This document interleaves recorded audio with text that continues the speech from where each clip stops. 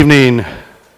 Good evening, and almost have a quorum, but I do see him in the council chamber. So I'd like to call the Anacortes City Council meeting of November 28th, 2022 to order. Mr. Franciac, would you take the roll, please? Mr. Carter. Mr. Young. Mr. Walters. Ms. Cleland McGrath. Here. Ms. Moulton. Here. Mr. McDougall. Ms. Hubick. Here. Thank you. Okay, so we do have a quorum, but I think it might, Ms. Hubick. I'd like to excuse council members Young and Carter and McDougall, please. Second.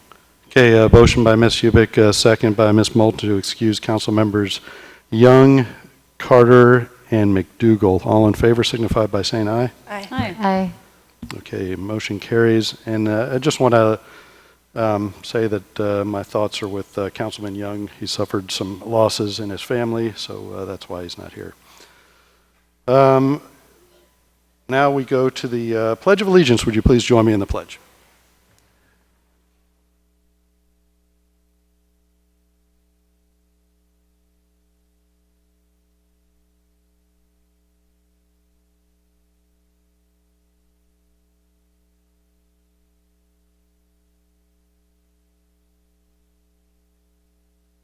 Okay, back on timeline, starting with announcements and committee reports. I've got a couple of announcements. If you didn't know, there is a winter storm watch, which means snow conditions could happen in the next 24 hours. I just wanted to let everyone know that we do have 5 snow plows and an ice truck, but our snow and ice removal takes place in the following order: main arterial streets, collector streets and school zones, hilly residential streets, and then remaining residential streets. So just remember that plows will cause driveways to be blocked with snow. That's inevitable. I apologize for that inconvenience. Just a reminder, clearing of sidewalks is the responsibility of adjacent property owner in both business and residential areas. So it's winter time, it's cold out there, and there's a chance of snow, and there's a chance that there won't be any snow. That's how it is around here. Quick trestle update. We will be hosting here in City Council chambers on the 6th of December at 5 p.m. A little fundraising kickoff to repair and restore the trestle. We are awaiting just 2 permits now, Army Corps and state permit, and we should be ready to go on that one. Couple of holiday announcements. Friday, December 2nd, 6 p.m., Anacortes Chamber of Commerce Coastal Christmas Tree Lighting will be at 6 p.m. Music, guest appearances from Santa and the Town Crier, hot cocoa, and community cheer. Also, the annual Lions Club Holiday Parade will be Saturday, the 3rd at 11 a.m. along Commercial, and there's also a lighted boat parade Saturday, December 3rd at 6 p.m. So that's lots of holiday activities coming up. All right, council announcements and committee reports. I have planning committee. Mayor Miller. Ms. Moulton. Thank you. The planning committee met at 5 o'clock today. It was council members Walters, Cleland McGrath, and myself, and planning director Don Meismer. And we talked about several different things today. The first was, we talked about Skagit Transit routes on our avenue and Commercial, and how we would like those to be kept, as that is going to be an area that will see a lot of multifamily redevelopment in the future. We have Habitat for Humanity coming to council December 12th, and they will tell us about what they would like to do with the property on the west side. We'll also have park staff here and planning staff here to talk about the city-owned property and some background context for that, and how we can also get a new city park out in that neighborhood. There was a little update on the Shorelines Master Program. The 3rd draft has been completed, and there have been some comments from Evergreen Islands about site potential tree height as related to buffers. And the Department of Fish and Wildlife is reviewing those, and DNR is weighing in on that as well. So staff will have some more communication with those agencies and Evergreen Islands as we get close to crossing the finish line on that. Then we talked a little bit about the housing action plan, and Mr. Miesmer is meeting with our consultants from Makers tomorrow about bringing that forward as well, hopefully in December, which is in a minute. So more to come on that. Thanks. Thanks. Any other announcements, committee reports? Mr. Walters. As I've mentioned before, I'm participating in the Association of Washington Cities Housing Solutions Work Group. We've had a number of meetings, including with the governor, about what the cities would accept as a housing proposal from the legislature in the next legislative session. And we've now settled on a proposal. I have advocated for things that would benefit the city of Anacortes, including a general sales tax exemption for multifamily housing, which we heard from builders that they really need in order to build more multifamily housing. That's not in the proposal. What is in the proposal is maximization of density around rapid transit. We don't have rapid transit in Anacortes, doesn't really affect us. Other density increases for cities over 20K, we're still shy of that, so that wouldn't affect us. But we are asking for the state to increase funding for low-income housing, or at least housing generally, by at least $1 billion a year, because we have such a shortfall. To provide new councilmanic authority to adopt a local option REIT of at least 0.25% that could be used to fund affordable rentals, affordable home ownership, and infrastructure to support housing, to restore revenues to the Public Works Assistance Account, to build more infrastructure, to provide for capacity increases for housing, provide additional flexibility for use of lodging taxes for affordable housing, although the lodging tax collectors oppose that, and to increase funding for cities to perform voluntary code audits to streamline their building permit processes. We would also accept state prohibition on design review boards, because design review boards slow down building permit processes, but would allow administrative review of design standards, which is basically what we have here, so that also would not really affect us. And the state would exempt residential development from SEPA when consistent with the comp plan, to eliminate one additional hurdle to construction of new housing and to avoid that appeal process that slows down a lot of housing construction. So if anybody's interested in that, I have more details on what that is, but our work now on the AWC Housing Solutions Work Group is largely complete, and the next question is what the legislature moves forward in the next legislative session. Thanks. Thank you. Any other committee reports? All right, moving on to item 4, which is public comment. This is the time for any members of the public that would like to address council on anything that is not on our agenda. And to help make this orderly, I have at least 5 people signed up to talk about the Anacortes Arts Festival lease and movie theater property. So if you want to wait till then, that would probably be more efficient, although that's coming up pretty quickly. But for those of you who had signed up for other issues, I'll go ahead and call you up. And again, I apologize in advance for butchering the names, but if I either can't pronounce it or I can't read the writing. So it's all on me. But anyway, it's an opportunity for you to be heard by the council. And I'll start with, again, folks that aren't talking about the movie theater lease. John Teagan, I believe.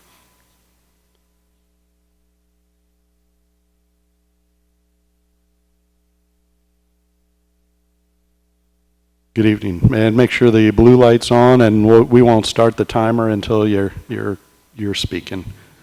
Blue or green light? Green light. Yeah, there we go. Okay, good evening. I'm John Teagan, resident of Anacortes. I recently received a letter from the Skagit County Assessor. The county has decided to make my housing less affordable and charge me more for my property taxes. I've also read that the city of Anacortes is going to increase my property taxes as much as is legally allowable. I find it ironic that people are moving here with pockets full of cash, driving up the overall price of real estate, and then complaining that we're not doing enough for affordable housing. Unfortunately, I don't have that luxury. Affording my own housing is keeping me plenty busy. I decided to speak today because I saw a call to action on the Anacortes community page. It mentioned participating in building a sustainable community. A few months ago, I wrote to you on this same subject. One of the specific examples I cited was Proposition HHH, which was a Los Angeles County decision in 2016 to spend $1.2 billion to build affordable housing for the homeless. The end result is that they now have significantly more homeless than when they started. It's clear evidence that this approach is not sustainable. There are countless other examples. I use this one because of the enormity of the amount spent. If spending that much money only makes the problem worse, then it's obviously not the right approach. The last time I attended a council meeting, I heard a man state that he did not feel it was safe to have his son walk to his office after school because of the vagrants the boy would have to walk past. I heard a business owner talk about people shooting up drugs and defecating on his property. I heard several stories of theft and vandalism.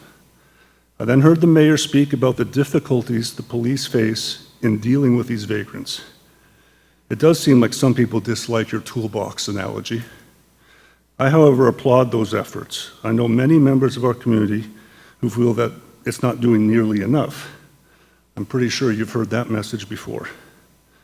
Anacortes is a beautiful place to live and to raise a family. I hope we can keep it that way. The answer is not to charge the citizens of the community more money in order to give homes to vagrants. This only encourages vagrancy, and it hurts the hardworking citizens who have to pay for it. A sustainable society is one where everyone is individually accountable and contributing. There are people in our community who don't want to be accountable and don't want to contribute.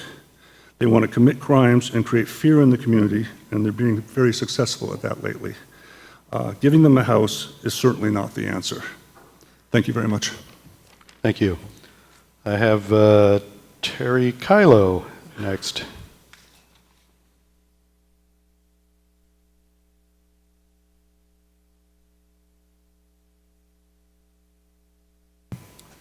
Hello, my name is Terry Kylo. I live at 7055 Crescent Lane in Anacortes. I also want to talk about a comprehensive plan to deal with the homelessness issue. So there's a well-known sociological understanding that human beings tend to have a just world bias. We tend to think that the world as it is more or less just, and if people end up homeless or poor, then it's kind of their fault. They must have done something wrong.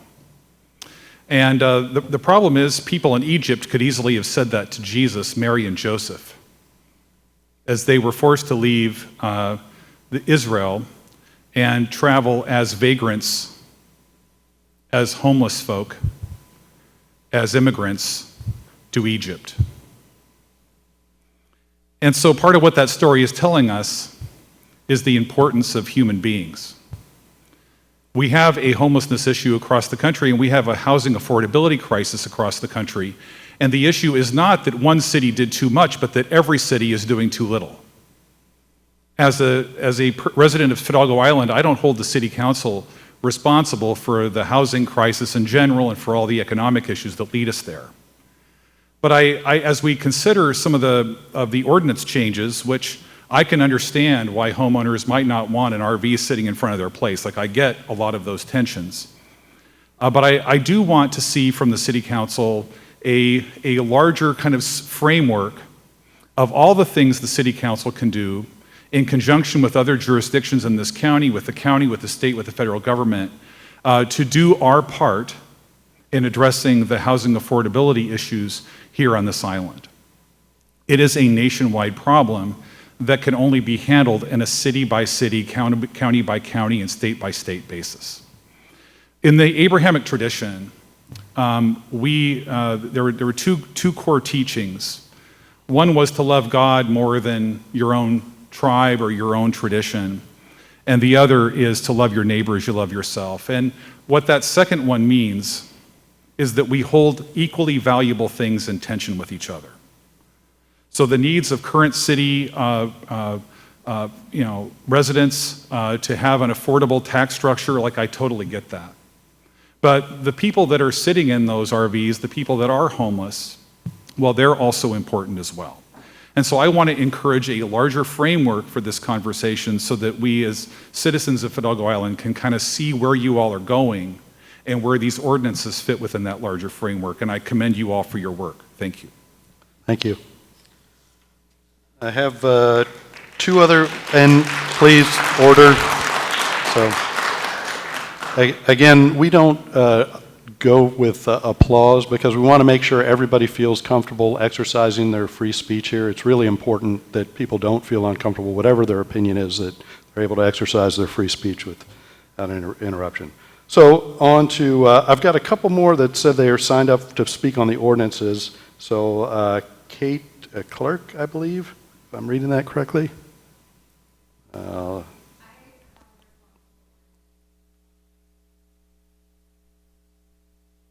So if you're commenting on the budget, so we have closed the public comment on the budget.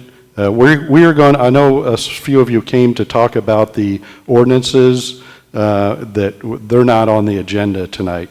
So if you want to come up, and this would probably be a good time if maybe you can't come tomorrow to talk about some of the ordinances for RV parking, trespass and those things. I think that's what you wanted to talk about. Okay, yeah, come on up. It's next week, sorry. Did I say tomorrow? Next week. I can come tomorrow too, though. Yeah, some of us will be here.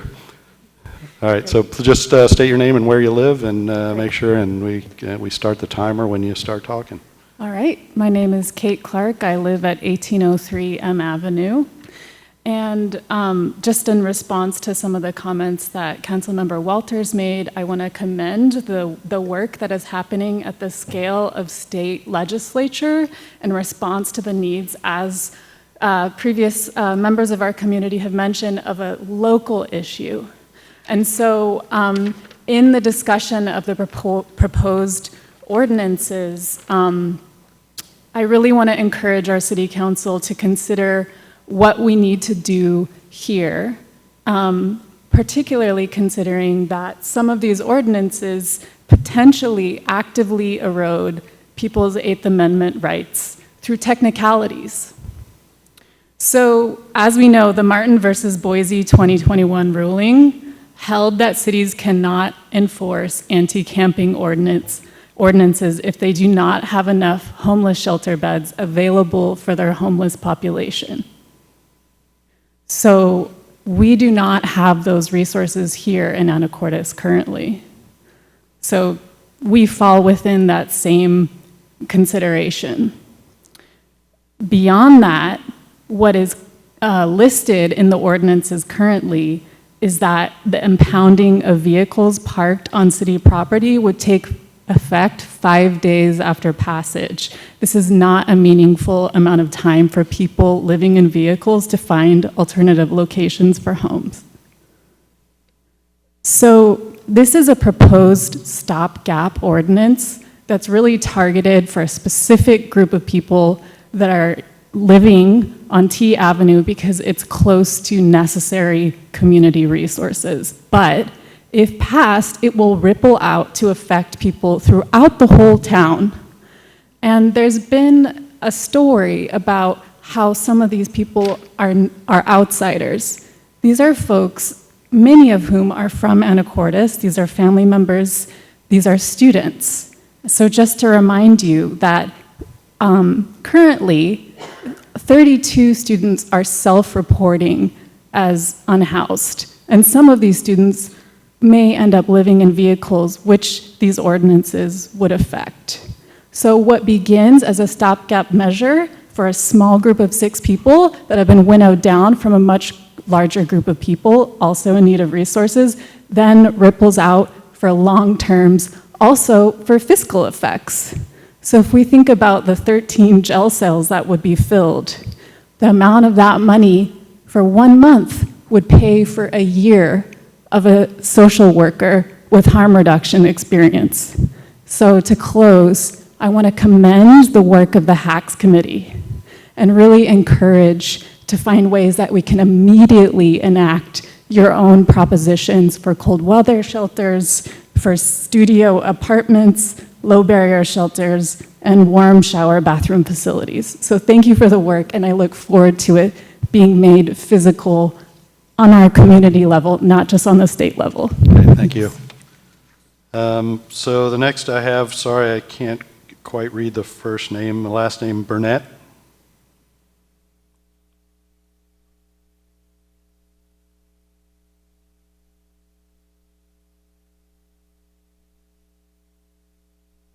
Good evening, everyone. I'm Lucy Burnett, currently living at 2026 M Avenue, and my family's been involved in the civic life of Anacortes for almost 30 years. I'm here to comment regarding the proposed ordinances that have been framed as more tools in the toolbox of law enforcement. I would argue that these ordinances are an attempt to criminalize people whose housing options are limited. I've done some research in response to these ordinances, and I'm really impressed, as Kay just said, by the thoughtful work of HACS. Great to hear that things are moving on that front. One of the proposals was a warming shelter. Here we are, bundled up on a cold night with a storm warning coming in. There was a warming shelter operational in 2020. My understanding is that there has not been operating since. I'm wondering what the barriers are to making this room a warming shelter, or so many other spaces in the city. If we're looking at responses to unhoused community members that are focused on ordinances that effectively criminalize existing behaviors that are targeted at particular populations, we really need to understand that passing these ordinances without actively seeking solutions to potentially life-threatening issues of exposure makes it clear that the goals behind these proposed ordinances are the criminalization of poverty. It is not just unhoused community members who are affected by cold weather, power outages, energy hikes. This affects students, this affects working families, this affects people on Social Security. If we're criminalizing poverty, rather than trying to build thriving communities, we need to think deeply about what it means to design laws that target particular populations and particular streets. There's a long history of redlining in this state that has problematic histories that we're still grappling with today. I think we need to think deeply about laws that attempt to stigmatize and discriminate particular populations. Thank you. Thank you. So everyone else I have signed up for the movie theater. So, all right. Oh, okay. Yeah, sure. We'll take a couple more.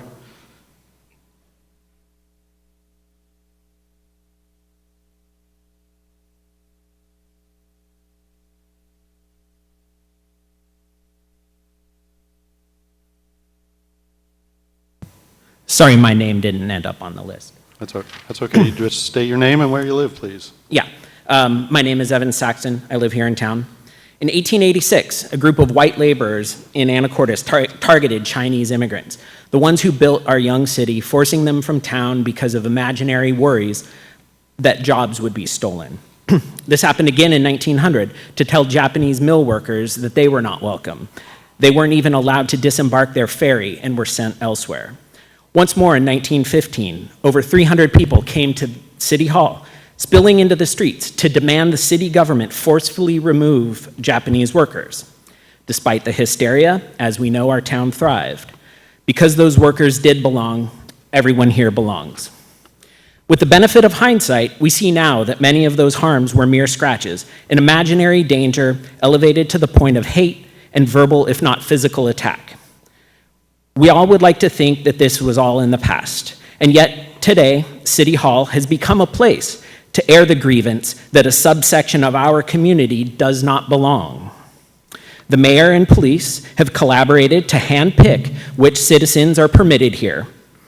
In his official role just last week, the mayor bragged about his case-by-case determinations, proudly driving those community members elsewhere out of view and into deeper instability. When these ordinances were dreamed up, there was an end goal in mind, to quote-unquote solve the homeless problem. I listened to Ms. Swetnam speak about the care needed to not run afoul of Martin v. Boise.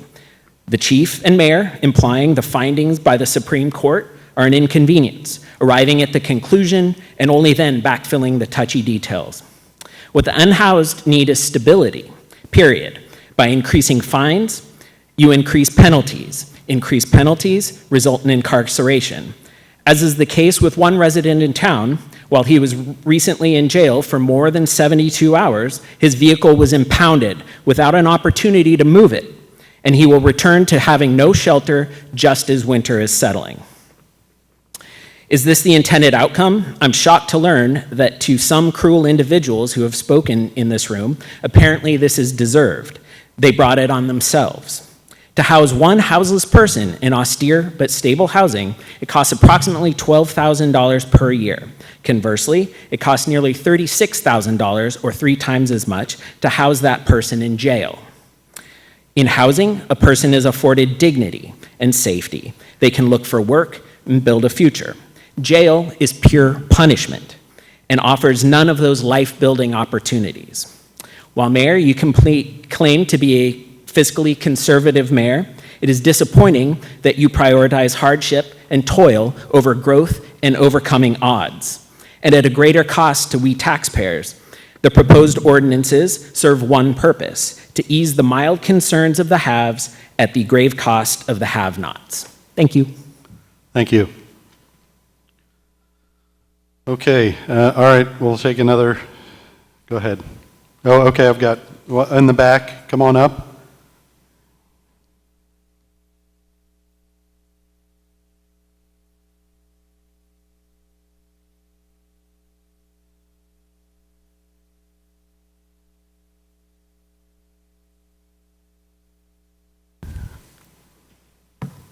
And state your name and where you live, and go ahead. I've never. That's okay. Everybody gets an opportunity. You get 3 minutes.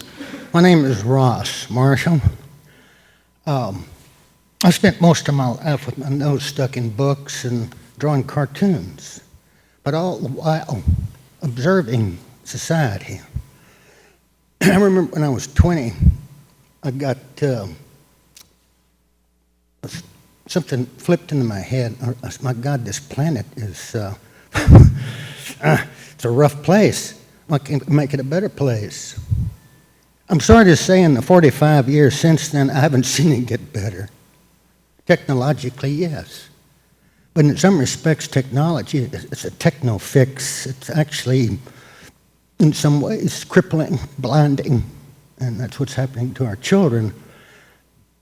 But the question is have we been blind to not only let them do it, well, this is an analogy, an example, but provide them with the mechanism to do it and sit back and say nothing. Either we're us sociopathic or outright psychopathic. From what I see the future holds, I might say that I'm not responsible for drying up the Chinese rivers or the Colorado or the Mississippi, but then again, maybe I am. The question is, what are we going to do about it? I'm using that as one example of the hideous future we have for us if we don't do something about our environment, the little niche that we live in. I was taught that you never get anything done when you start from the top down. Only a billionaire businessman can get away with that one. But if you really want everything to function for everybody, to some extent, you work from the bottom up. Like you don't start a garden by going to Washington. You plant a seed, grows from the bottom up. All right? I know what capitalism is when you put the word monopolistic after it. It's, well, just turn on Dan Pena on YouTube. It's F this and F that, you snowflakes, and he says right off the bat how I got rich. Be ruthless.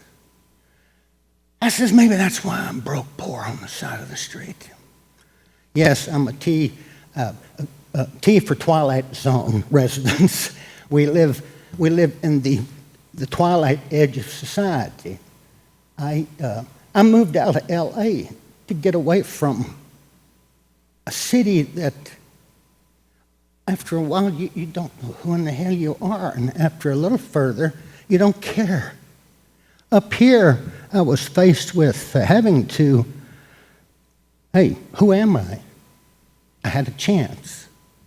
But then finances, like a lot of people out there, they have trouble with finances, and most of them turn to drugs and alcohol and suicide. Mr. Marshall? So, Excuse me, Mr. Marshall. but we have to ask ourselves the question, It's do Mr. we Marshall. really care? Is there anything we can do?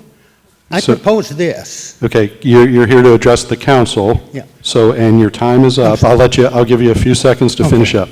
I would propose we all do some research and go on the internet and really dig in like we used to when we were in college and study zoning and ordinances for their consequential results. Do a nationwide study, and you'll find that they're the most dangerous things to human society. Okay, thank you. Okay, Mayor Miller? Mr. Walters. If I could respond real quickly here. Just want to say that I drafted these ordinances. I have a handout here that summarizes in tabular format the before and after effects of the ordinances, and I'll hand them to Ms. Shu, and maybe she can leave them on the table over there for anybody that wants one. We are working on all aspects of this issue. We're working on affordable housing, including building it. We are working on a housing action plan, which we just talked about in committee and will come before the City Council shortly. We're working on more resources, and specifically for homelessness, the county is the unit of government that is instructed to develop a homeless housing plan, and they have one, but certainly it has occurred to us that we should probably create one as a city ourselves, because the county's homeless housing plan is really not directly aimed at the challenges that Anacortes is facing. Completely right that we lack shelter resources that we need. The ordinances that are proposed, which we'll be talking about more in future meetings, do not criminalize poverty. We can't do that. We would not want to do that. The objective is to put some bookends on behavior, to prohibit, for example, parking of oversized vehicles, including RVs, in residential areas. But they don't target T Avenue. T Avenue is a problem. We recognize that T Avenue is a problem. The primary problem is that there are people there that don't have housing, and then there are other problems as well. But these ordinances don't address that. We need more work. There's a lot more work that needs to be done to work on those things. So I'm available to meet with anybody to explain further the constraints that we're operating under, but also the proposals in depth. And the handout, I think, should help explain some of that as well. Thank you. Thanks. So I would encourage all of you to take a look at the previous ordinances and the changes there, and you can bring your comments. Email works great, or come back. We're planning on bringing those ordinances before council next week. So I think council has got the gist of the, okay, one more, sorry. Two more, okay.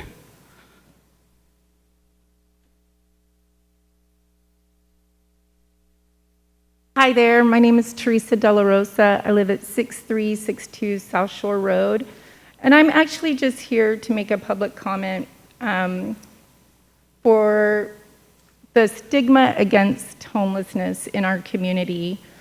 I've lived in our community for the last 24 years, and in 2015, I and my two daughters were homeless. I served our community. I worked as a manager for 20 years for our local grocery store, and I had an illness. Mine, of course, was cancer that left us pretty much poverty-stricken. A lot of people in our community came together to help me and my children. Now, still active members in our community. I have since joined a board. One of my children worked for the Boys and Girls Club, but it wasn't with that type of empathy and compassion that I'm really urging everybody to kind of have. My story isn't unique. My story just might have a different version of what somebody else is going through. But without the people in our community, I don't know what would have happened to me in my situation. So I'm just urging people to think with empathy and compassion and give people a chance like you guys had given me to become somebody in our community. Thank you. Thank you. Okay, one more in the back I saw with hand up. And it's okay if you just come up and say, I agree, or whatever you want to say.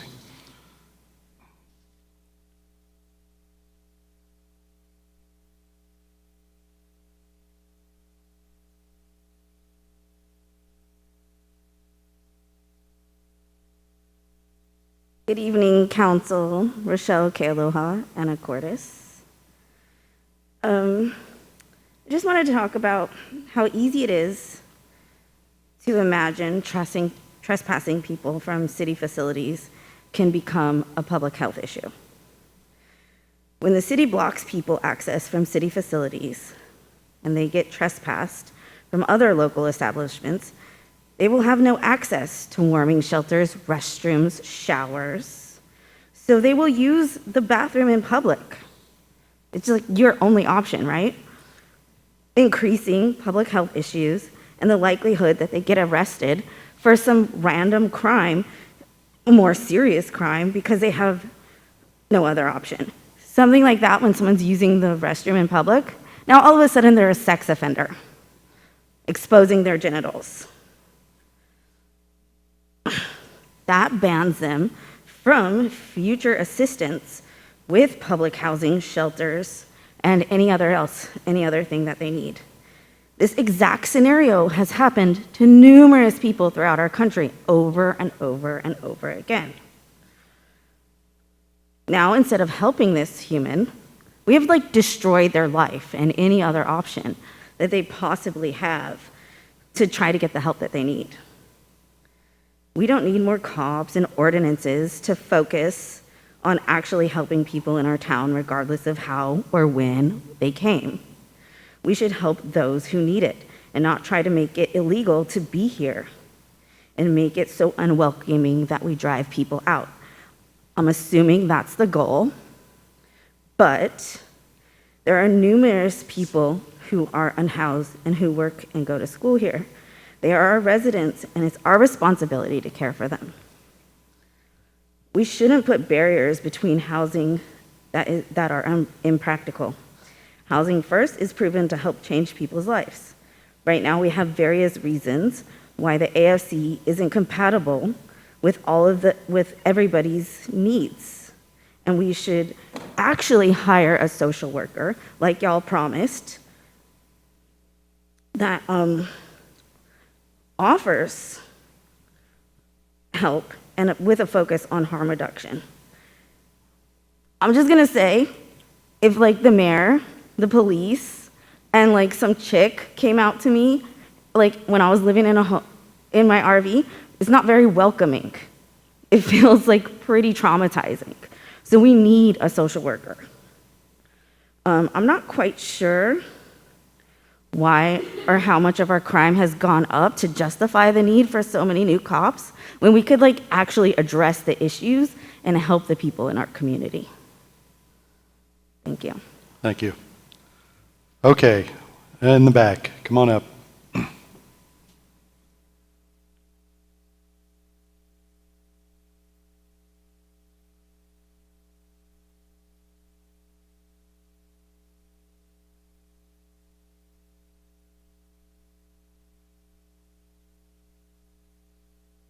Everybody. Shelley Higman, I am a resident of Anacortes. Just going to call out the irony of us stating our street addresses when we're talking about is that we don't all have one, but I do happen to have one right now, 1515 12th Street. Like some of the other people in the room, I live here in town. I'm a family physician. I've been homeless twice in my life. Both times I was working. Both times it was because housing was not affordable for me in spite of working full-time. Both times I had help from community members to get off the street. I was given places to stay, get clean, get warm, eat, heat up my food, things like that. So I have a great deal of compassion for people who find themselves unhoused, and I would challenge all of you to contemplate how far you are from being unhoused. How many paychecks? What tragedy? What if your dad doesn't leave you in the will? We don't really know what's coming for us, and sometimes what comes for us is homelessness. I'm also, as I mentioned, a family physician. A large portion of my patient panel is homeless. Currently, everyone but one of them works a full-time job. She was working a full-time job as a road flagger and sustained an injury that prevents her from standing for 10 hours on the concrete.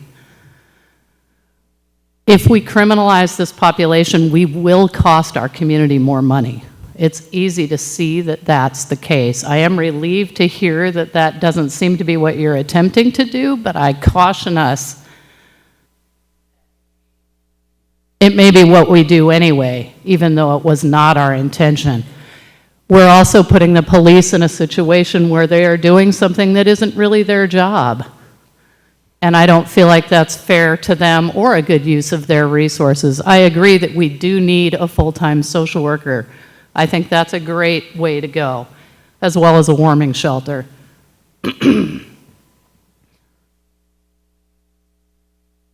I appreciate what you guys do. I know you're volunteers. I know you don't have to do this, and I know you're working hard.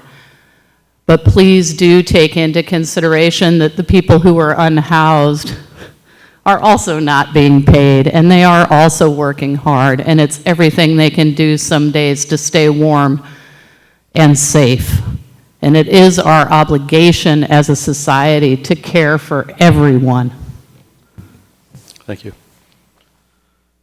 All right. All right, nobody else is raising their hands. I am going to move on to our next item, which is the consent agenda. Items A, B, and C. Council.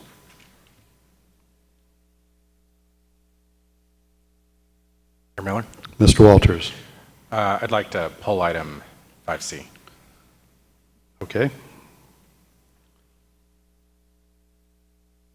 The motion perhaps on 5A and B? Mayor Miller. Ms. Hubick. Motion to approve consent agenda items A and B. Okay, a motion by Ms. Hubick, a second by Ms. Cleveland McGrath to approve consent agenda items A and B. All in favor signify by saying aye. Aye. Any opposed?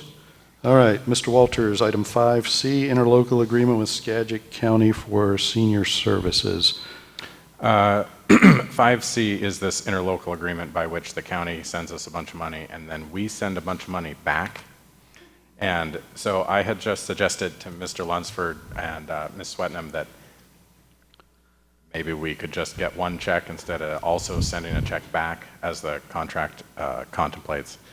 I don't think it's worth holding up this agreement because this is the way the agreement has been structured in the past. It just seems pretty odd. And Mr. Lunsford wasn't able to get an answer from the county today as to why they structured it that way, and it's their fault, not ours. So I just highlight it and move for its approval at this point.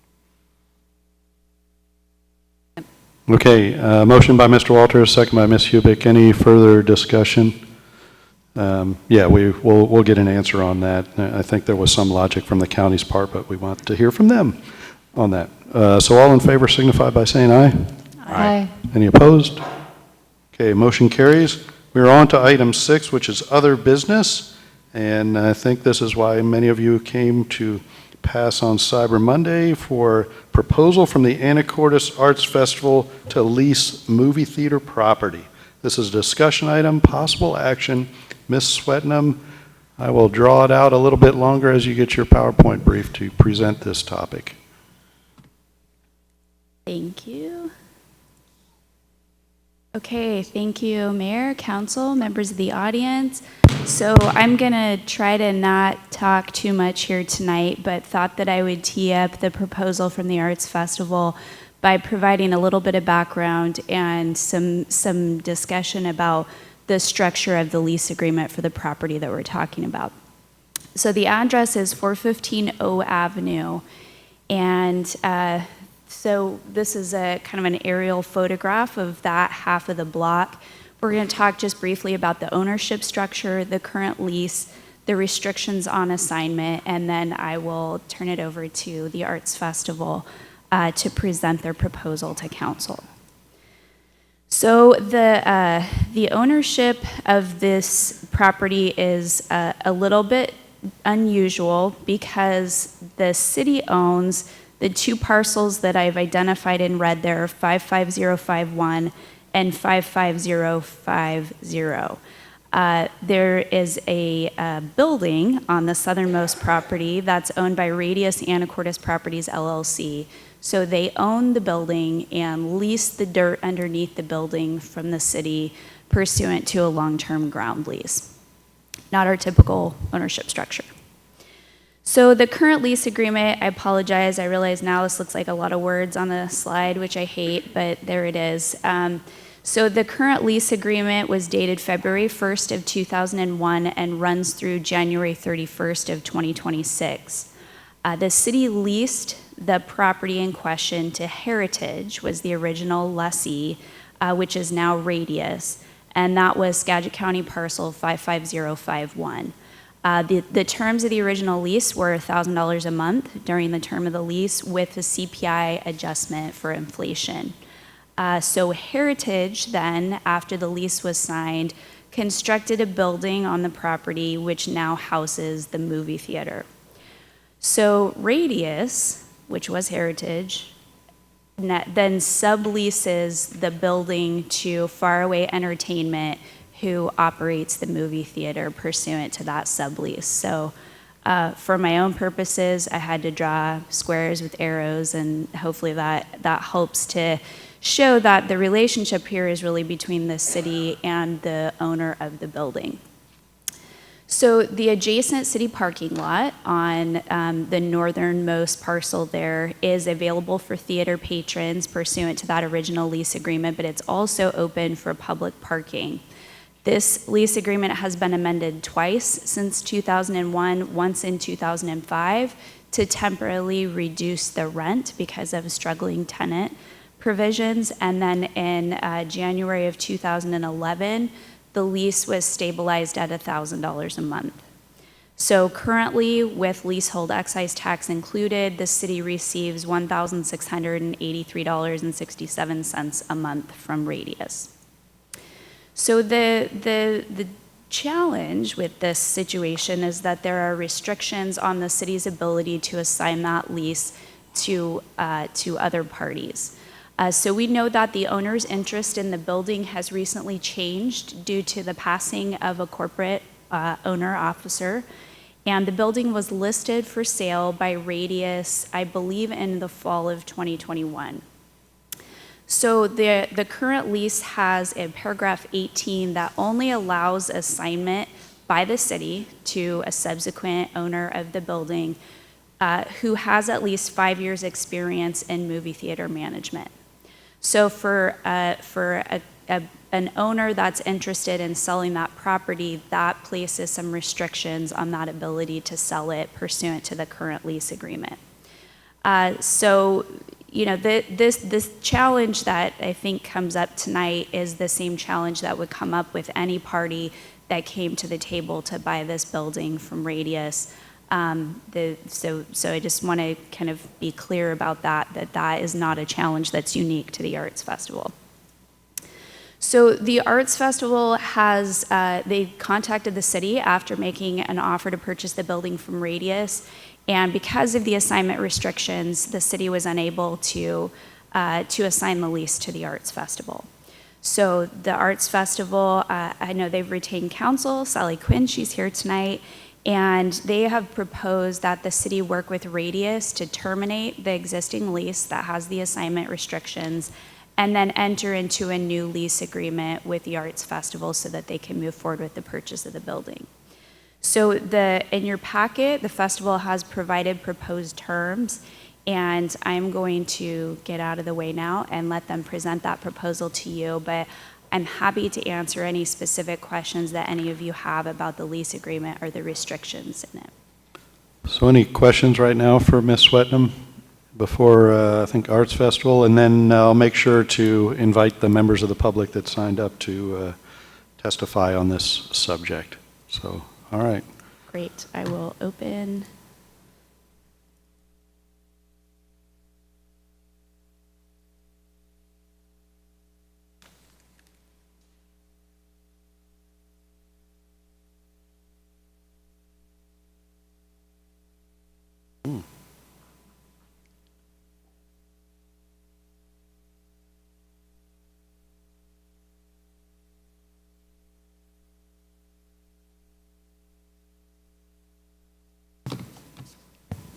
Mayor, Council, public, thank you for joining us tonight. We're so happy to see so many of you here. My name is Meredith McAmoyle. I am the director of the Anacortes Arts Festival. My partner tonight is John Sternlick. Good evening, Mayor and members of Council.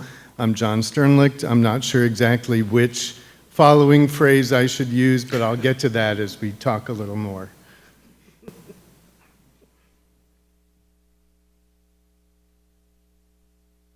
So to follow up on Ms. Swetnam's description of what's happened, we thought we'd bring you up to date on how we're standing before you tonight. In Anacortes, there have been decades of conversation about how to capture the really amazing and talented art community that we have and honor that through support and a building of some sort. Over time, things have come and gone. There have been small art centers that have come. There's been lots of gallery space, but there's yet to be one building like so many other cities have that it serves as an art and cultural center for the community. So in the last 8 to 10 years, the Anacortes Arts Festival has been in pretty strong conversations with particularly Fidalgo Dance Works, but also Act Theater and Anacortes Music Project to talk about a vision of a shared space which would serve those organizations as well as others and also the public. In the fall of 2021, we learned that the 4150 Avenue property became for sale.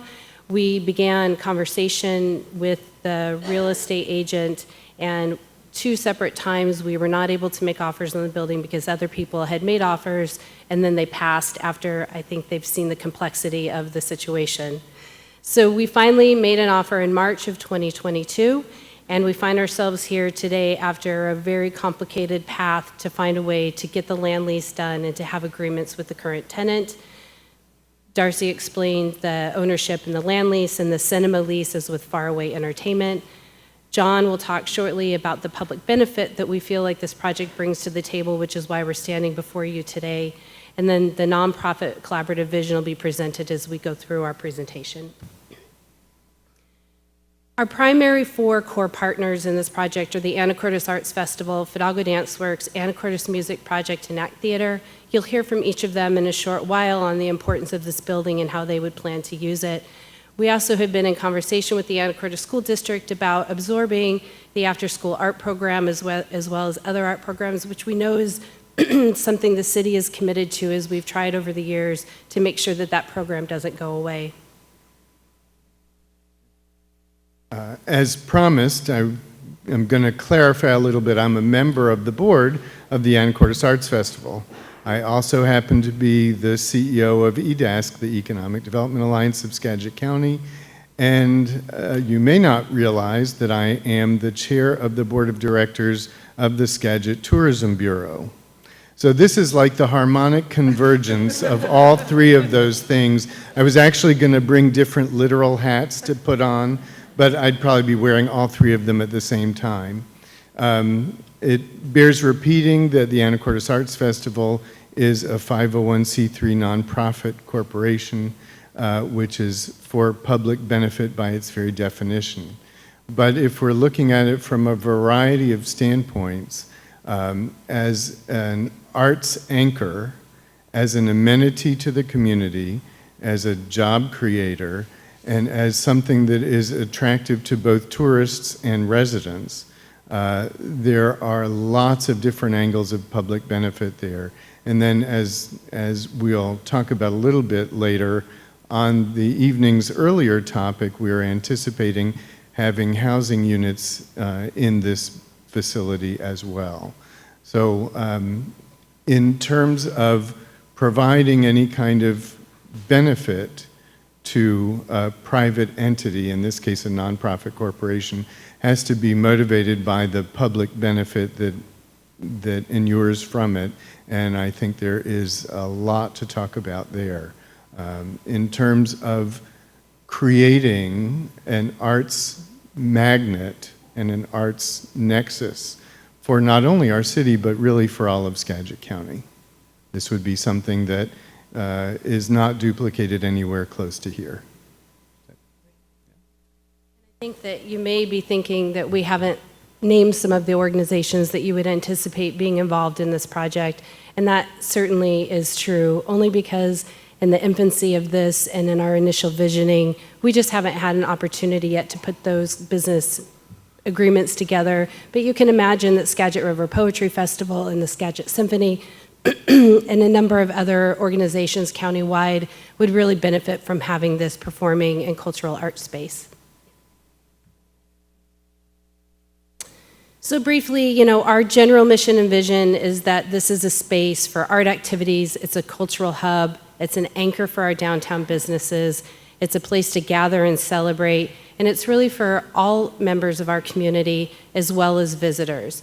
And so I think it's really important to identify that there is not a lot of activity or space in Anacortes that has something for everyone, and this is a place that can be that. This is a place where our residents who enjoy the Metropolitan Opera can see the Metropolitan Opera, you know, by film.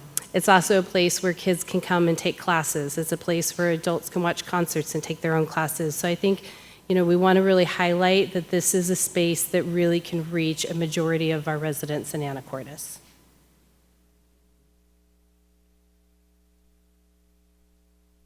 If we're talking about wanting to bring people downtown, and that's again, whether it's residents or tourists, this would be a wonderful way to do that. It gives not only a lot of enrichment activities to people, but brings them downtown, and they're shopping in the stores and eating in the restaurants and spending money and bringing tax revenues, all those things that we like to see. And that also ends up being a job creator. The arts sector in the state of Washington is quite a significant employment anchor, and we could see that here as well. Not only the jobs that are created, and again, that's not the main goal of it, it's a benefit. The jobs that are created, but then the indirect spending as a result. Yeah. So there are, you know, we anticipate that this arts center would create a number of jobs directly. So the building, of course, needs a manager, instructors for all the various classes for people of all ages. I also really like the aspect that this would be an intergenerational place for people to gather. Artists and performers, whether they're resident or visiting, the team that operates the programs that run in the building, and of course maintenance and operation, marketing and sales, all those things. The apartments that I mentioned earlier would need a manager as well, and then of course we would need to add in all the design and construction spending that would have to happen before the facility opens. Yeah? All right. So to jump back and just talk about the building uses, the primary building uses, because again, community input will be important through the final design process and make sure that we're hearing from everyone and hitting all of the marks. And when you're creating a legacy project like this that you anticipate being around for decades to come, we want to make sure that we're not missing anything and that the building is flexible and ready to, you know, meet whatever the future holds for us. We'll start with an art gallery. We'll also have dance, music, acting, and art classes. I want to stop for a minute and talk about the films and movies. There's big conversations about first-run films in Anacortes. There's conversation about what this would look like from a film perspective. It is not in our business model to offer ongoing first-run movies. That being said, it doesn't mean that that's not possible. Our concern about holding us to first-run movies is that as the world sees that first-run movies are not a viable business model across the country, telling us that we have to show them would cause me some concern about our viability down the road. So I'm sure that when the original lease agreement was signed 20-something years ago, that no one could have anticipated at the time that the movie industry would change at the pace that it has. So having some flexibility there would be really key for us. What we've heard from the community, more importantly than having a first-run movie theater, is just the opportunity to see film that maybe they can't see anywhere else. So maybe not anywhere else, but the Lincoln Theater or Mount Baker Theater. So we're talking about film festivals and independent films and places for students to show their work, Metropolitan Opera and other things like maybe there's a Star Wars marathon that happens, or maybe there's a Top Gun marathon that happens before the new Top Gun movie comes out, right?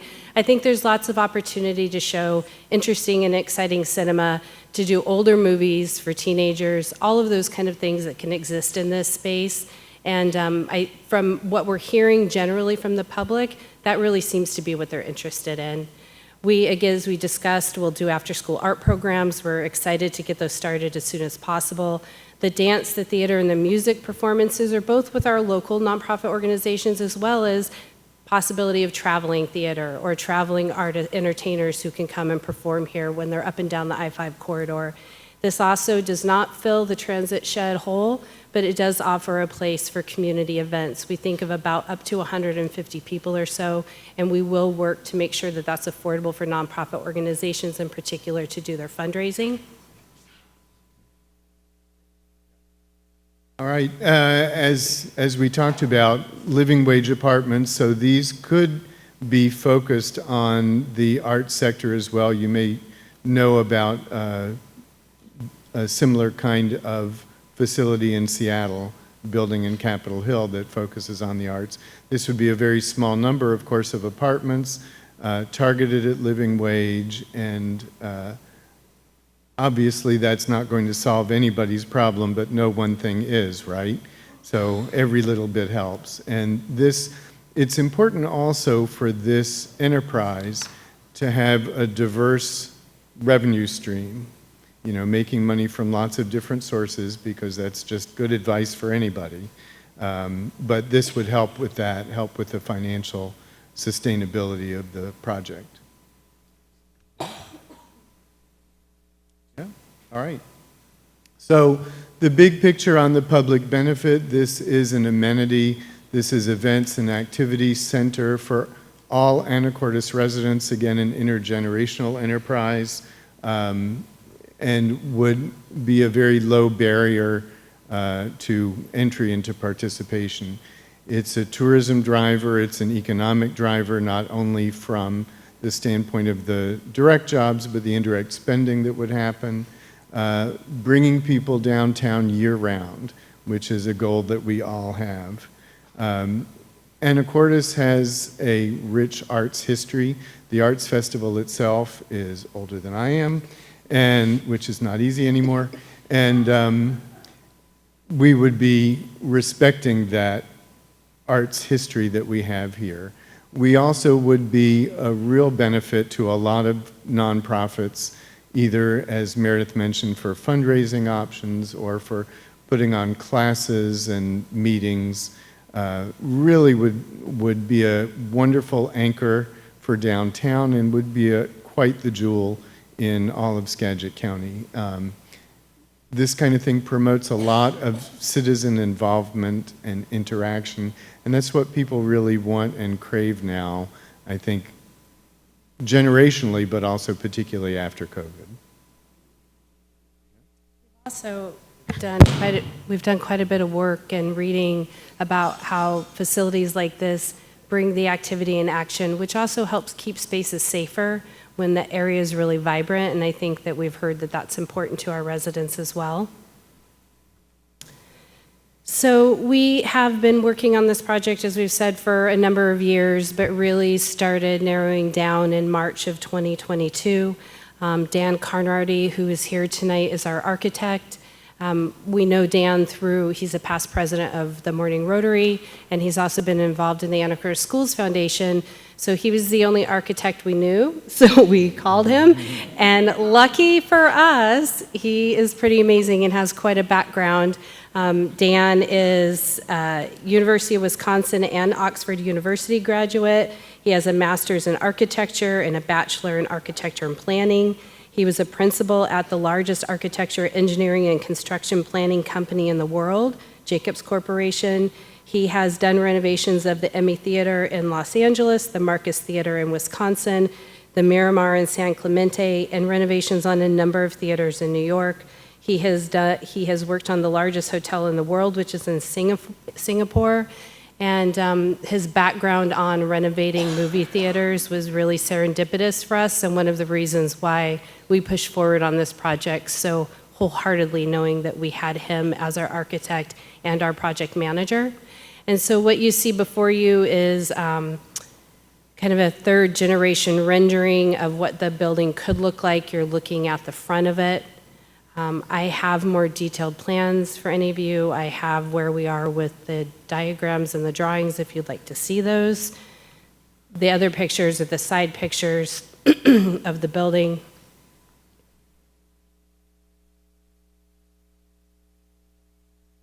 We have quite a number of our board members from our 4 core partner organizations with us.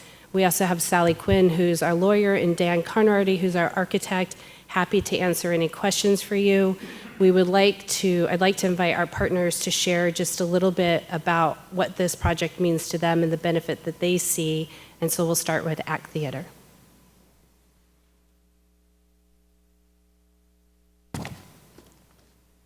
Good evening, council members, Mayor Miller, and fellow community members. My name is TJ Fantini, and I currently serve as the volunteer president of Anacortes Community Theater, a 58-year-old nonprofit organization in Anacortes that has a membership of over 2,000 and an active season ticket base of roughly 1,000 Anacortes residents. I'm here today on behalf of our board and membership to speak in support of changing the lease for the movie theater to allow it to transform to a location that can provide more than just an opportunity to see a movie. The arts in Anacortes are facing a shortage of spaces. The groups that are joined up here today all have experienced the havoc the pandemic rained down on us all over the country even, and Anacortes was no exception. During the pandemic, the theater specifically had to let go of the space it had rented for 8 years that housed our entire Class Act children's programming. Class Act is the theater's youth education program that served approximately 1,200 students yearly, pre-K through 12th grade, at our location that we had affectionately called the Annex. In addition to our children's programming, that space was also used for our Action Theater program, which is one of only 2 performing arts programs in the state of Washington that caters to adults with disabilities exclusively. When the pandemic hit, the theater made the difficult decision to let go of the Annex that we had rented for $4,300 a month for 8 years.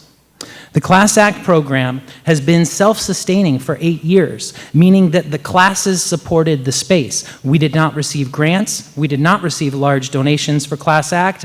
What we did receive was a large number of kids that wanted to enjoy the performing arts. Currently, these programs do continue, first virtually through the pandemic, and now, in addition to our main stage rehearsals, they're crammed in our basement at the theater. Space is tough right now, especially for kids in the performing arts. Couple of recent data points that I would like to supply of space versus the demand of the kids wanting to perform. High School Musical, not sure how, addressing the council, not sure how many people saw High School Musical. We had 87 kids audition for the one musical that the high school gets to do every year. We were able to cast 28 of those kids. So that's 60 for the one musical, at least 60 that weren't able to participate. Frozen Junior is just casted and auditioned. We will be attracting from all over Skagit County with this. Frozen Junior just held auditions, and they had 160 kids that auditioned to fill 60 spots. And by the way, they charge for those classes, so that also brings in income for that as well. One Crazy Day, the recent play at the middle school that Sam Guzik wrote, he had to double cast that show because there were so many kids that wanted to be a part of the play. Over the past 2 years, the theater has worked with many community partners like Fidalgo Dance Works to help share our spaces and opportunities through a summer impact program with the Anacortes schools or guest teaching for each other's organizations to provide even more opportunities for our students. Classes, shows, students already exist to fill this space. We don't have to wonder if they will come. They just need a place to go. I grew up here. Started as an 8-year-old, looking for 40 years, well, I'm 42 now, so 36 years for a space like this. The space is going to have 4 large rehearsal studios offering the students of Class Act and Dance Works a chance to perform and participate. More space, more opportunities. But it's not just classroom space. There's a new theater space, not replacing ACT Theater, but a new theater using flexible seating that could, like the Lincoln in Mount Vernon, maintain a movie screen that could be brought down for movies, but also brought up for performances and community plays. The theater would be seating flexible and could even be used to bring known musical artists to the area to perform. How great for our community to be able to enjoy a movie one weekend, a play the next, and a jazz performance of musicians the following weekend, all in the same space. Transforming the space allows for all of these things to be true. Changing the lease will allow that space to grow and flourish. And I know there is a lot of people, including myself, that loves the movies, loves it. But movie making as we know it is changing already. Going to the movies used to be an experience, and the movie industry created films with the purpose of getting people to the cinemas to buy candy and go to the movies. But that model has changed. Now, production companies are focused more on the money that can be made from merchandising and streaming than the money that comes from a $20 movie ticket. I look at this opportunity as a way to potentially save a big screen in Anacortes and offer it to more than just the Hollywood studios. The project intends to hopefully keep a screen of some kind and run it similar to the way the Lincoln in Mount Vernon does. Some first runs, some classics, some community films, more opportunities for more community groups. Couple of quick points to leave the council with. Money. How is this thing going to pay for itself? Well, again, I can only speak to the performing arts and what theater has done, but High School Musical in 2 weekends brought in $37,000 in ticket sales. 7 performances. Our theater has been completely self-funded for 58 years through donations of our community and the ticket sales, and we operate with a budget of roughly $350,000 a year. I would strongly encourage that the council, whatever changes they make to this lease, as a kid who's grown up here in Anacortes, prioritizes kids, classes, whether they be visual arts, performing arts, dance classes. I would encourage them to prioritize those classes for our youth and families. Because I think those parents will be the ones that are down there shopping in those stores waiting for their kids to get out of class. In closing, I just want to share, I'm going to make an assumption that every council member up there knows that performing arts are a win for the city of Anacortes. It's just about working out the details. This is not an easy project, but it's a project with a lot of very passionate, committed partners. And as someone who grew up as a kid here in Anacortes and is a new dad, please know that you have a committed partner at the theater for any project looking to increase performing arts, visual arts, dance arts, music arts opportunities for kids. Thank you for your time, and I look forward to helping bring this project to fruition. Oh, that's not my phone. Thank you, TJ. Fidalgo Dance Works.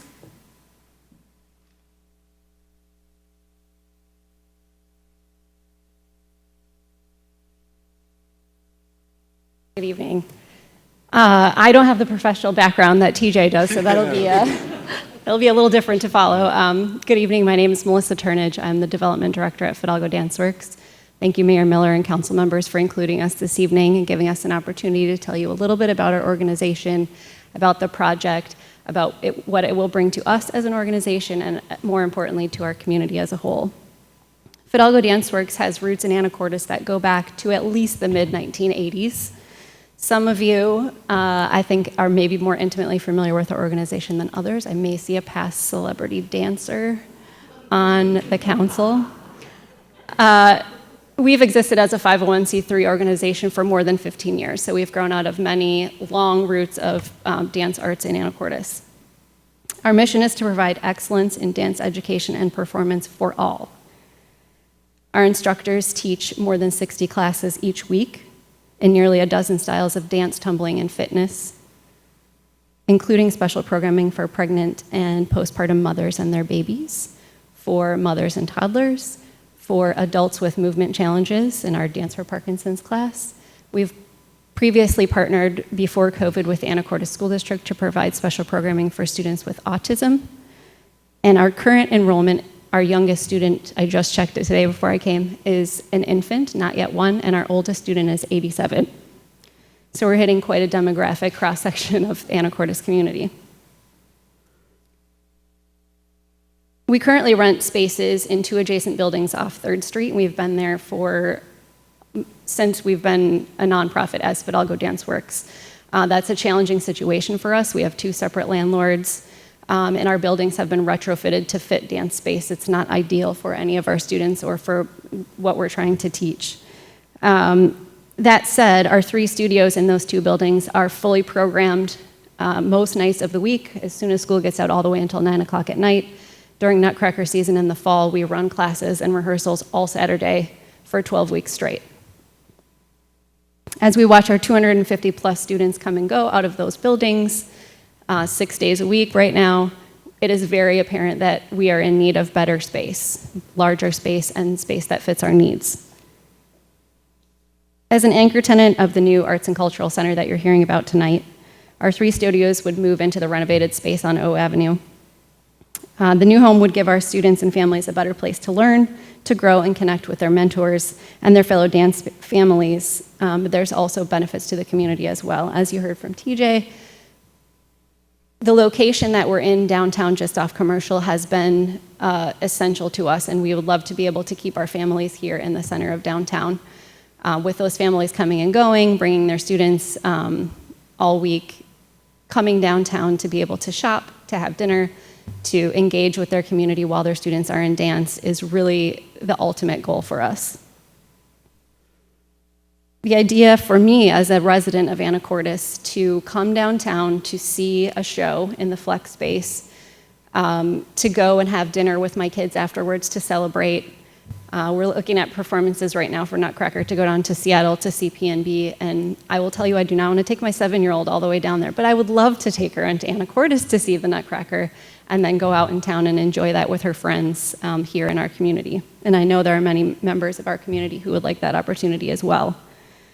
Last year, over 2,100 of our community members came to see live performances that Fidalgo Dance Works did. So to have that kind of community members in and out of those spaces as well would be a huge impact to our community. We already have a proven success of working with the other nonprofits involved in this project, and that is another benefit to the community to be in this collaborative space. So we've worked in the past 2 years very closely with the school district to develop programs for summer impact. The 3 Anacortes Arts Festival, Act Theater, and Dance Works provided programming for all of those elementary students that came in for summer school. And to be in the same space to be able to connect on those things and share resources will really be a benefit to the community going forward. For example, TJ's was working, he spoke to you a little earlier about High School Musical.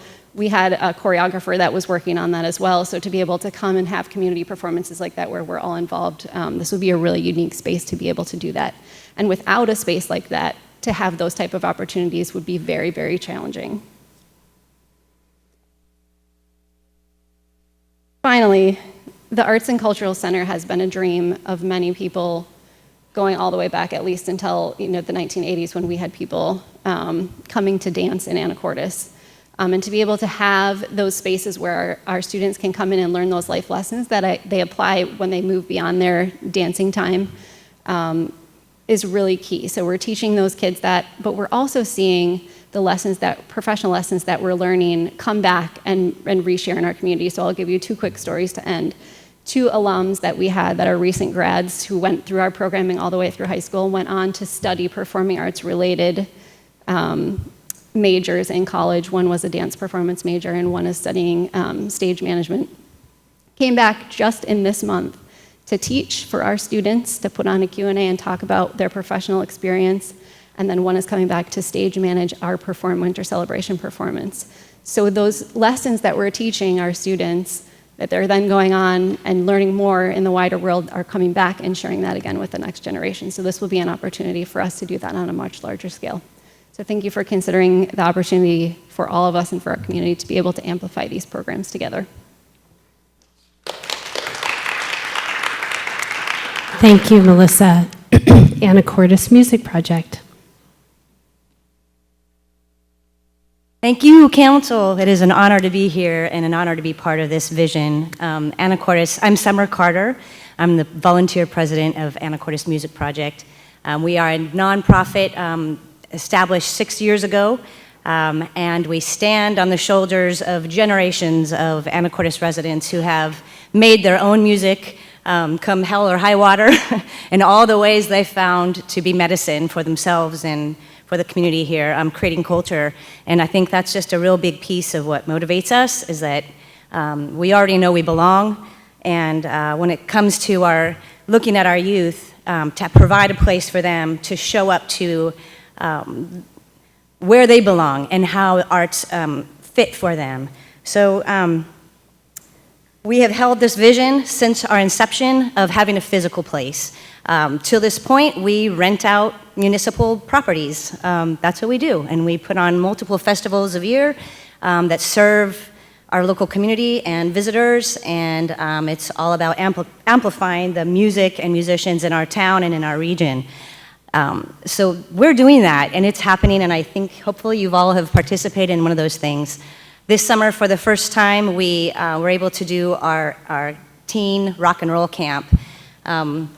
We got grants to do it. We rented Buxton's. We had room for 20 kids and instructors, and 27 kids showed up. And we took them in, and we made another band, and we taught them an instrument, put them together with a band. They wrote an original song and performed it. And at the end of that, I mean, every day was something that I think one of all of us, wept over, in that the kids were like, wow, what do we do after this? Where do I show up now? Where can I belong? Where can I do this? When can I meet with my band members again? And we're like, well, kids, we're working on it. Finding a place to rent in this town, in downtown, where we can be it's relevant, it's accessible, has been our biggest obstacle. Hooking up with this gang of folks who have been operating down here and putting on these arts culture, and they bringing us into it has just been a kind of miracle. We are anxious and excited to be able to join into this project, to grow what we've been growing, and have the support of the whole of Anacortes cultural arts movement. And that's how I see it. This is a movement. It's been underway for decades, generations, I would say, and we are honored to be a part of that. I think that's what I want to say. And I'm really thankful that you're here, and look forward to collaborating and to see where we're heading on this.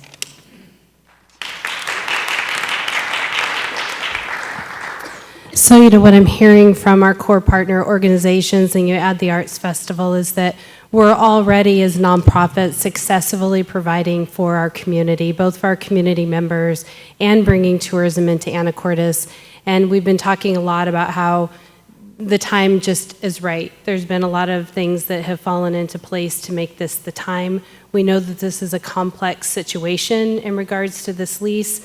We know that council needs to make some agreements in order to make this happen. And I think that you can hear from our partners that we find this to be a really valuable reason to pause and look at this lease and make those changes. So Darcy Swetnam had earlier provided the history of the land lease. You have in your packet the new lease proposed, the new terms. Please know that in working with the city staff, our council and our board, we came to the point where we just had to put something on paper for all of you. We needed a starting point. So we worked with Sally Quinn. We came up with our starting point. We went back and forth a few times to the revisions that you see now. We know that we are asking for considerations that are challenging. We have presented our case as to how we see that the city could justify those as a gift to this project. We can answer some of those questions if you have those for us tonight. And I know that I've talked with several of you, and you have some of your own ideas as far as those terms would be as well. I also know that a public format is not necessarily the right place to do that negotiating. So what's really important for us tonight is that we leave here with what our next steps are. This has been a really bumpy road to get to this point, and we're in a position where we need to close on the building soon. And with that said, we would like to leave here tonight just knowing what path that would be, assuming that our council and Ms. Swetnam would work together to finish this after they have some direction from all of you. So I don't know, Mayor Miller, if you want to open for public comment now or questions for us first, how you'd like to handle that. I'll ask council first. Typically, we open it up for public comment because there's a few folks that have signed up for public comment, and then you all will be here for council to answer the question. So I think, TJ, you're probably good. I had you signed up, but I appreciate it. But I've got next on the list, I have Paul Doyle. You want to address the council on this topic?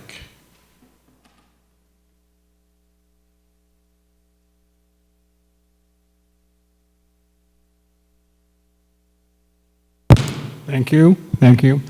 I'm here because I've always wanted a movie theater in Anacortes. I came up in the year 2000 to open one and didn't work out.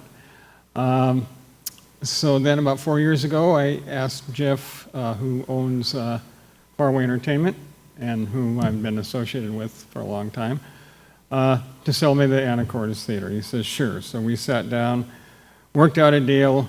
I presented my plans for the theater to the chamber. They endorsed the whole project, which included many of the features of the arts projects. And then COVID came along. That stopped everything. Then when we fired up again, made another proposal to the Chamber of Commerce. They again endorsed the project. And then the project, or the theater, went up for sale. And so that stopped me. I managed the theater for a few months, and then I no longer work for the theater. I wasn't going to say anything at this meeting. I was just going to be an observer, a friend of the community, and a friend of the cinema. But Jeff knew I was coming up, so he said, will you please take care of 2 or 3 things? So here I am. Who wants to take on the Anacortes arts community? I don't. No one can argue with it's a wonderful project, all good, enthusiastic people, and all people with records of success. So, and is the project a good one for Anacortes? Absolutely. I don't think taking over the movie theater is the only opportunity. The waterfront project is building a 10,000 square foot multi-event center for use by the community. So that's something that could be looked at. But the points he wanted me to take care of were 2. I'm up here speaking because I also sent a packet to each one of the council members. And I sent it not representing the theater, but just because I have been in the movie business most of my life, always on the art, independent, specialty kind that's, built a community around the theater and built an organization that supported the theater and were loyal to it, none of which has been done by the current owner of the theater. He would cringe to hear me say it, but it's true, and I've told him many times. But in any event, I have owned several art theaters. I helped start the Pickford in Bellingham, the Rose in Port Townsend. I built from scratch the Grand in Tacoma, started the Grand Illusion in Seattle, and the Columbia City Cinema in Seattle. So I have some credibility on this subject. All I want to say is, as an aside first, the theater already shows the Metropolitan Opera once a month. Secondly, in the packet, there are, according to Jeff, 2 errors of... Can you just get a little closer to the microphone? There are 2 errors of fact which he asked me to mention. One is that the movie industry is dead. I know or has changed its working model so much that it doesn't work anymore. Not true. And I have enough experience to know what's happening. The movie industry has invented itself 5 or 6 times in its history, and it will do so again.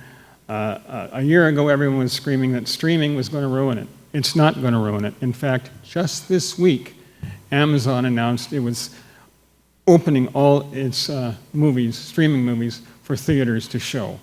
So the movie is in a shakeout period. They're looking for their next way to operate, but they will survive. I gave you the packet because no one else was saying anything in favor of the movie theater. And so I would want you to consider that. The second is that error of fact, according to Jeff, I am not party to this, is that the theater is in default on its lease with the building owner, not with the city, as far as I know, but with the building owner, which, just from an ordinary citizen's point of view, is irrelevant. The issue is not whether it's not paying its bills with the owner of the building, but with the theater. So they're not in default, according to Jeff. They have discussed the fact, but there has been nothing to prove or papers to show that he's in default. So I've said more than I wanted to say, but I've got it said, and I hope you will all consider all the points made in that package you got from me. Yeah, Thank you. and we'll include that in the record, the letter you sent. Okay, I've got Nancy Saunders.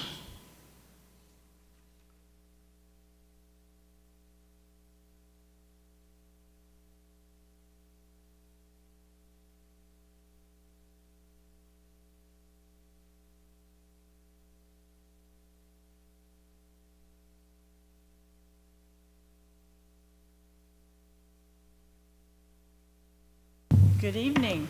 And Mayor, make sure council members, a little and- closer to the microphone, Nancy. Okay. Thank you. There we go.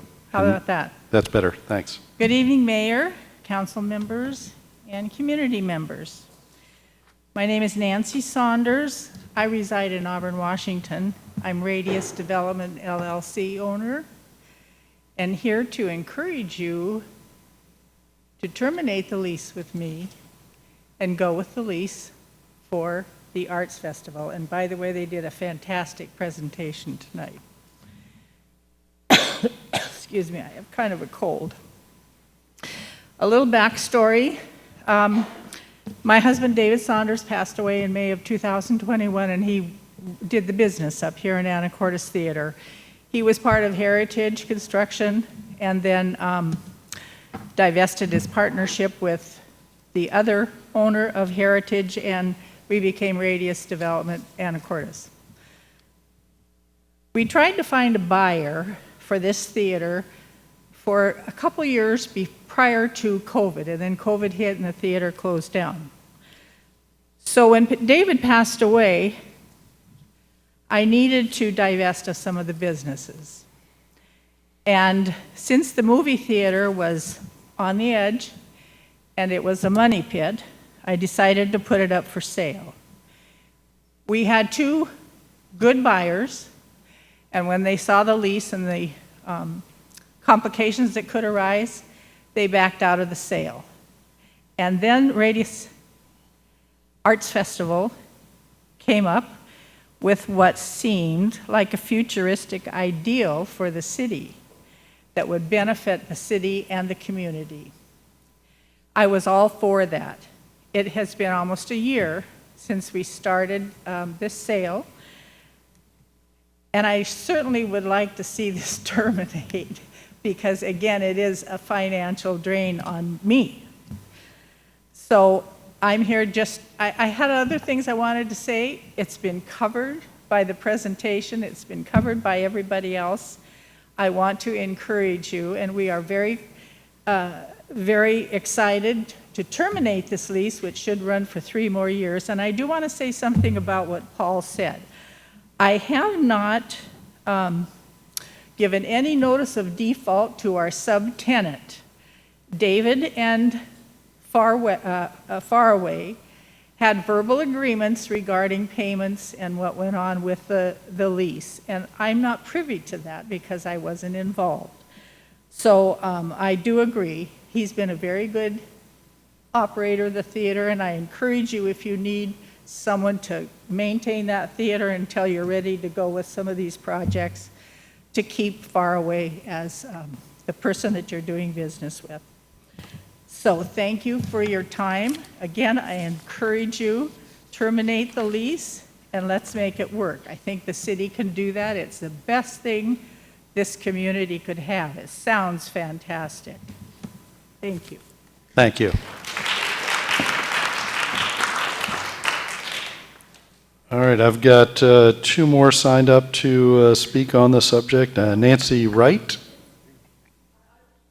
Okay. Okay, that's an agreement with the previous speaker. Eleni, I think it's Bergner, hopefully. Okay. Okay. That was another vote of support, and I've got a member that would like to testify. Come on up. Yep.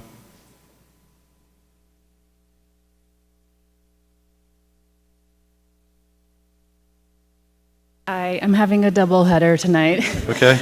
I just wanted to speak on behalf Just of... one more time for your name so we can find it when we need to do the minutes. My name's Kate Clark. I'm a resident of Anacortes. I've served as an arts educator in the city for 18 years. Shout out to Mike Stark. I hope he's watching us right now. And I just wanted to speak to the fact, I work as a professional artist. I work as a consultant for the city of Seattle to advise for how they spend their 1% for art, for public art. $44 billion grosses of Washington State in the arts sector. That's half as much of the construction industry. So I am so excited by what's being proposed here tonight of building strength on strength on strength and strength. And I have to say that why I pursued a career in the arts had to do with the fact by growing up in this town and participating in after-school arts programs and happening to be a teenager at a moment when some scrappy people rented an empty building and hosted art shows, music shows, artist residencies. I was just lucky to be there at that moment that the Department of Safety existed to witness what was possible. That doesn't exist right now. We need to model something to our young people of what is feasible for a career, what is feasible for expression. There's such a stronghold of cultural expression that's happening here, and this is such an incredible opportunity to really cohere that in a way that is going to have such a multiplier effect for our town. So I really encourage you to, I mean, what a love fest here. So yeah, thank you for all the good work. Okay, thank you. All right. So anybody else on the, okay, so council. Oh, yep, come on up. Another wants to speak on this.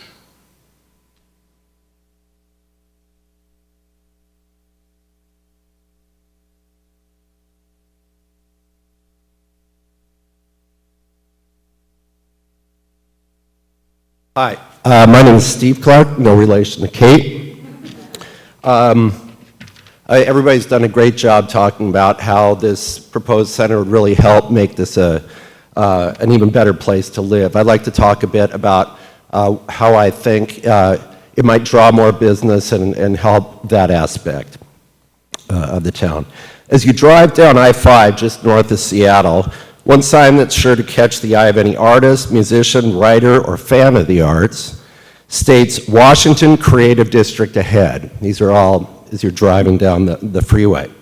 For Canadians driving south or Californians driving north, the sign steering people into Edmonds is likely the first time their attention has been drawn to the town, which, like Anacortes, is a gateway to popular vacation destinations via the Washington State ferry system. Why isn't Anacortes designated as a creative district? With our annual arts festival, lively music scene, galleries, and lots more evidence, we could certainly stand toe-to-toe with any other communities in the creative realm. What may be lacking is a centerpiece that could be provided by the proposed Anacortes Community Art and Cultural Center, now before you. The new center would be a great centerpiece in an application for a creative district designation. And even without such a designation, if we didn't want to go that route, The center would provide a great and permanent enticement for fans of the arts and entertainment to make a detour on the way to the state ferries and enjoy a concert, art exhibit, or other event. And once at the center, they'd find out how it provides a consistent venue for enjoying and taking part in a vibrant creative scene that makes them want to return to Anacortes time and again. The proposed center provides a unique opportunity for Anacortes to establish itself as more than a place to drive to on the way to somewhere else. I've heard it said that if it weren't for the Oyster Run and one other two events like Shipwreck Days, a lot of small businesses on Commercial Avenue might not make it. Imagine a new center that provides a year-round draw with musical and artistic events and offerings for both creators and audience to visit and then partake in Anacortes restaurants, hotels, art galleries, and the like. Please do what you can to support the new center. Other cities and towns from Olympia and Langley to Twisp and Port Townsend are going the route of creative districts. That seems to me to be a perfect fit for Anacortes. But again, even if we decide not to apply for such a designation, the proposed center provides a way to draw both tourists and locals to Anacortes through good times and bad. I've lived in this area through the 2008-2009 recession that hit Commercial Avenue businesses hard, and I can't help but wonder if a creative center could have lessened that impact by drawing a regular inflow of customers to the area. I realize you have many projects vying for support. Please look at the lasting benefits of this Anacortes Community Art and Cultural Center that could provide to the lives of our citizens and the ongoing health of our businesses. Thanks for considering. Thank you. Okay, anybody else want to address the council on this? All right, council, time to ask questions, if you have any, for the Arts Festival. I think you've seen the request in the packet and both in the presentation. Mr. Walters.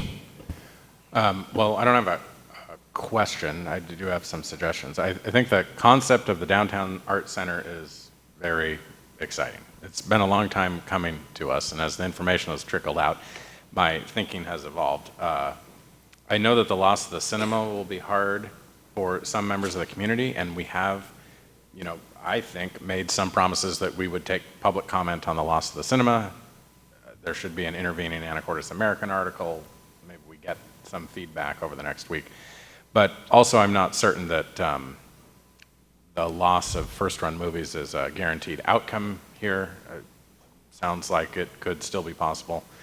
Certainly the building from the elevation drawings would be a substantial upgrade over the building that is there now. One particularly exciting aspect is that invigoration of downtown. We've seen some of that invigoration of downtown just from the heart of Anacortes and the concerts that are held at the heart.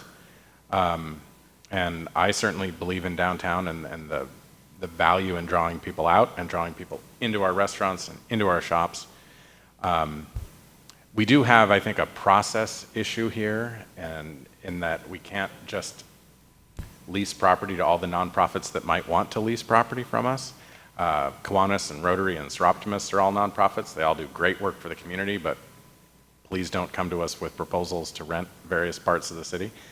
But also, I've always considered the arts to be synonymous with Anacortes, and I'm not really sure when that happened. It certainly hasn't been forever, but I'm certain that the Arts Festival had something to do with that. So because we aren't leasing the property here at market rate to a random person to do whatever they want, we're leasing the property for a particular purpose and at a reduced rate than the market rate for that purpose, and that's the cinema. I do think that the transition to a more general arts center requires the city's participation to be successful. And for that, it needs to not be an amorphous proposal on PowerPoint, but the proposal, I think, needs to be put together in a little bit more of a solid way. So I have prepared this list of parameters that I think should be in the Arts Center lease. One, I think that the rent should be not less than the amount that we are currently receiving from the current owner. Now, there was a number in the presentation from from the Arts Center's attorney that is $1,500. I think Darcy had $1,600. Whatever the current rent is, I think that should be the amount that we rent this property for. And then it should be annually adjusted based on the CPI, like we do with everything. I would support no rent during the period of construction when the owner is unable to make use of the property, up to some time limit, maybe 24 months, because I think that's pretty standard. But I also think that the lease ought to fully describe the proposed facility, the partners, the activities, the programming, the project management, the floor plan, the parking plan, the elevation drawings, the benefit to the community, and then condition the lease on the tenant achieving those outcomes, because I am willing to sign this lease because of what they're proposing. And if they can't do that because can't raise the money or because partners fall out, then we should reevaluate. And then there are other cinemas like the Concrete Theater in Concrete, the Seaview Theater in East Sound that show first-run movies, and I would like to explore the ability to, as TJ mentioned, show first-run movies occasionally, probably not at the same scale that the current cinema is doing. But that would be a benefit to the community. The act of going to the movies is a thing that people really enjoy, and it seems like other people are doing it. I don't know that we need to say 1 weekend per month first run and 3 weekends for second run movies, but something. I would like to explore that in writing with the Arts Festival. And then simply provide an out for if the Arts Festival doesn't construct or operate the improvements in the lease, that we would terminate the lease within some defined time period that is reasonable. And if they want to do something else with the building, then they'd have to require an amendment. I think that these things are just due diligence for the city if the city is to be a partner in this project. And I think there's a lot of opportunities for partnership. I wonder, and I think we would be informed by the planning department of how much parking, I saw your ears perk up there, Mr. Meismer, how much parking is required for this project and how we can achieve that, because I'm not sure it can all be achieved on the same lot. Do we close 4th Street? Do we make changes to other streets to accomplish more parking to make this work? Do we integrate this with the heart of Anacortes? Do we have integrated programming between the arts building and the heart of Anacortes? I think those are all opportunities. I'm supportive of those, but because this hasn't been in front of us before, we haven't had that conversation before. And now, if we are willing to give some direction, I think staff could go work in these directions to flesh out such a proposal. Ms. Cleland. Yeah. Well, first of all, thank you, Mr. Walters, for your memorandum. It's always well thought out and organized, and you guys, I'm sure we'll get a copy of it too. I want to say, first of all, thank you all for being here. I'm really excited about this. Full disclosure, I have danced in the early 90s above Integra with Miss Sonia. She'd be shocked to know that I danced as an adult too. I've also was on the board for the Arts Festival for many years, and I really appreciate that organization. And ACT Theater, I mean, I've been in shows, my mom's been in shows, my girls will be soon. I'm sorry I have not done anything with Anacortes Music Project, but just wait, we've got a 4-year-old and a 2-year-old. So I'm really excited, and the things that make me excited about this project is the fact that we have 4 really strong organizations with proven track records that have figured out a way to work together. And yes, it's been months, but that's probably a good sign that you're all still talking to each other and sitting together and smiling and supporting one another. I always appreciate Mr. Walters because he's good at the details. I'm more of the artsy-feely one. And I'm really, while we need to hammer out what he has said, there's a couple things that I will respond to. One is that while I think the idea of first-run movies or second-run movies could be a goal, I am not in favor of requiring that for this ground lease. I think it's something that, in the future is fine, but I don't want to inhibit the ability of theater or music production to happen that's live and local and supports the community. The other thing is, and maybe this isn't the right time, but when kind of making sure that the performance of the construction and whatnot happens, is it possible now to talk a little bit about the phasing of this project? Is it going to happen all in one kind of 18-month to 24-month period? Is it going to be phased over several years? I think that might help us understand how deep we have to go into this contract and possibly funding sources. That sounded like a question for you. So I'll let Dan throw his hand up if I speak incorrectly. Remember that these conversations first started happening in March when we really felt like we could be on a fast track to making this happen by next summer. We've all stepped back, licked our wounds a little bit, and realized that anything like this is worth the time to make it happen. And so it will be in phases. The first goal is to get a couple of the tenants in the building originally. So we'll phase in the art center pieces of it on the lower levels first, and then go on the third and fourth stories in a second or third phase. Kind of? Okay. So yes, it's phased in. Ultimately, we would love to have the construction done in 24 months, all of it, but that just depends on when we can start that construction, right? So after the permitting and final design processes. So the eye on the prize is a 24-month construction once we break ground. Go ahead. Yeah, and I guess my question is, would you phase in the 2 stories performance and different spaces, and then later on when you have the funding do the affordable or the housing component, or is this a master plan with figuring out all of the funding ahead of time? That's kind of my concern. I don't think that we can answer that yet, Ms. Cleland McGrath, because so we've had to pause in our process of finishing the business plans and the fundraising because 65% or so of this will come from grants.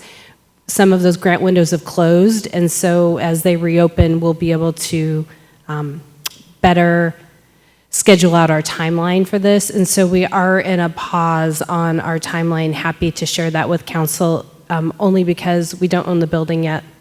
Right. Ms. Cleland McGrath, I just wanted to address something you said about not wanting to require first-run movies. I think that's very wise, because as we've seen the economics around all that change so rapidly, I don't think any of us can predict what's going to happen in the next 10, 20 years well enough to really box us in on something like that. I think it could certainly be a goal without it being in ink. Ms. Moulton. Thank you. Thanks everyone for the great presentation, the enthusiasm, the love, the passion, the arts. It's super exciting. I would say I fall between Mr. Walters and Ms. Cleland McGrath on the woo-woo arts and the how are we going to do this. So I would really like to see a very strong outline of how this is going to come together. It is a very complicated project. It's a complicated path. And I, as a council member, am fully in support of this idea. And as a community member, it's tremendously exciting, but I really feel like I need to see more nuts and bolts, funding, timeline. And I know that's hard to do when you don't own the building, but I still don't think that I can say, okay, well, just do it, and then you figure it out sort of thing. So I like a lot of Mr. Walters' ideas about the description that, that sort of framework. As far as the movies, I mean, part of it does hinge on that. That is the one thing in the lease. If Seaview Theater can do it on Orcas, and if Concrete Theater can do it, I don't see why we can't do it.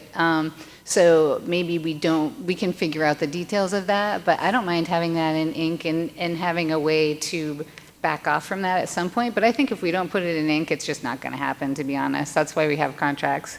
So anyway, that's where I come out at the moment. So thanks. Thanks. Ms. Hubick. Oh, Thank you. Most of my questions centered around the business plan, timelines, things like that, stuff that's already been asked.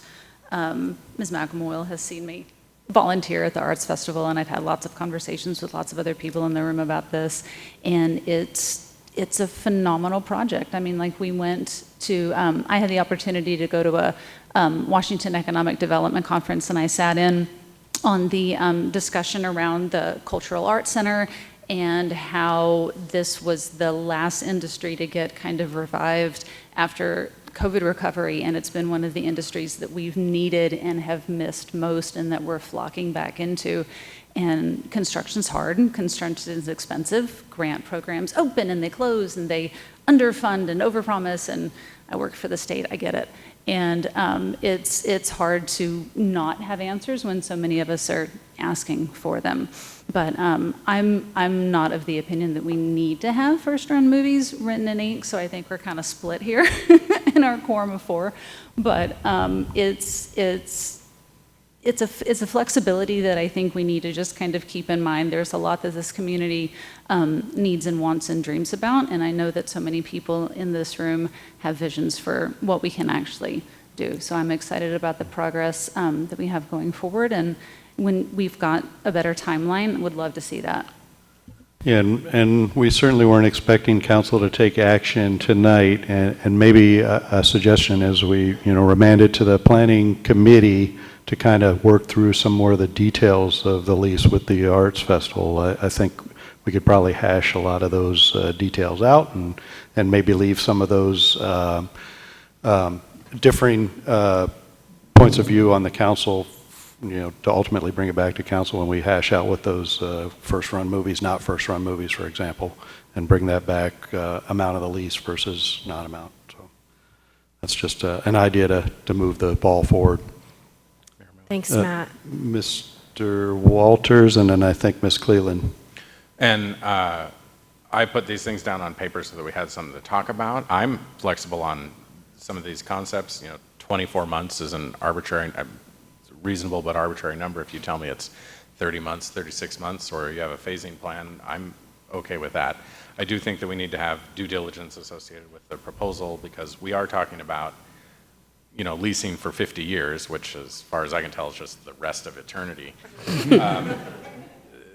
This, piece of property that is worth, I don't know, $1 million to the city. I mean, one of the things I provide in the memo here is that we should have an analysis of what we're giving up, simply as due diligence. We should know what we're trading here.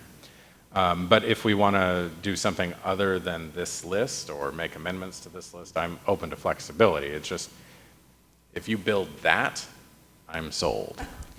If you come back to us in 6 months and say, well, we can't actually afford that, or that's not going to work out, then I feel like, we're on the hook for that. And so we do need to have the due diligence and, and some kind of exit ability if it doesn't work. But given the level of enthusiasm we've received via email and seen here tonight, I feel pretty confident it's going to work out. It's just, again, our due diligence is that we have these provisions. Ms. Cleland. I would just say that it's kind of, what I would like more work done is the planning committee level, understanding the parking issues, which Mr. Walters included, the permitting process, kind of the business plan a little bit more. But I also think we all, as council members, need to remember that this is a contract between two private entities, and time is of the essence. And while we're only seeing it for the first time at council, I think we need to be cognizant of that fact too.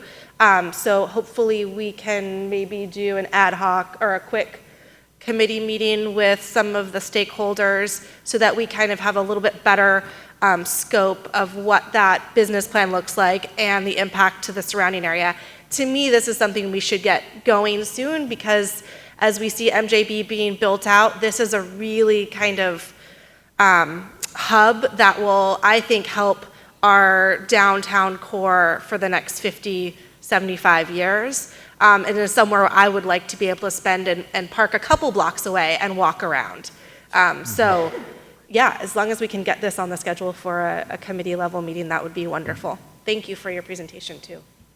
Thanks to all of you. I think this is kind of a masterclass in economic development. The comments that were given tonight, though unrehearsed and unanticipated, were perfect and awesome. And I might get Steve Clark to explain economic development to people when I go out and talk. But this is, and my enthusiasm is always measured. I think you know that.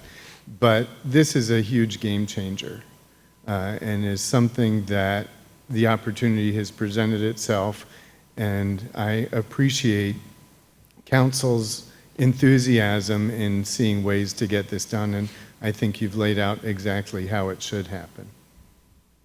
Yeah, my couple of closing points are that this lease expires soon.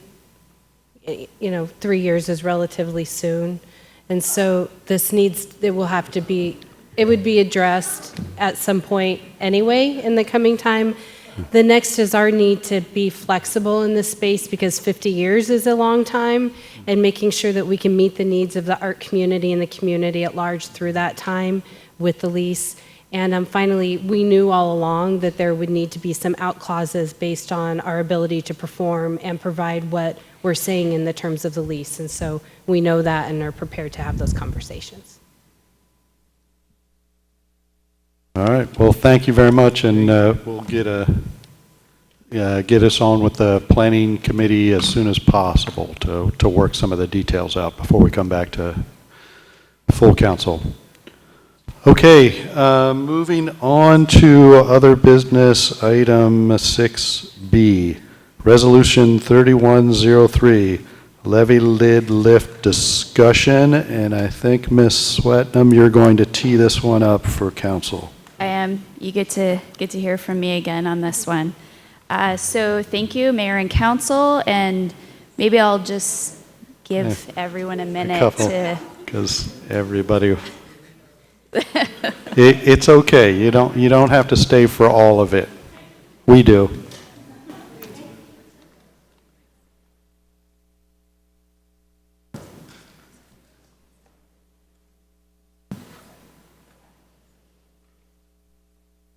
Okay, well, while people are exiting, I'll just kind of introduce. This is a resolution that has been proposed as a mechanism to lift the levy lid to allow for funding for public safety.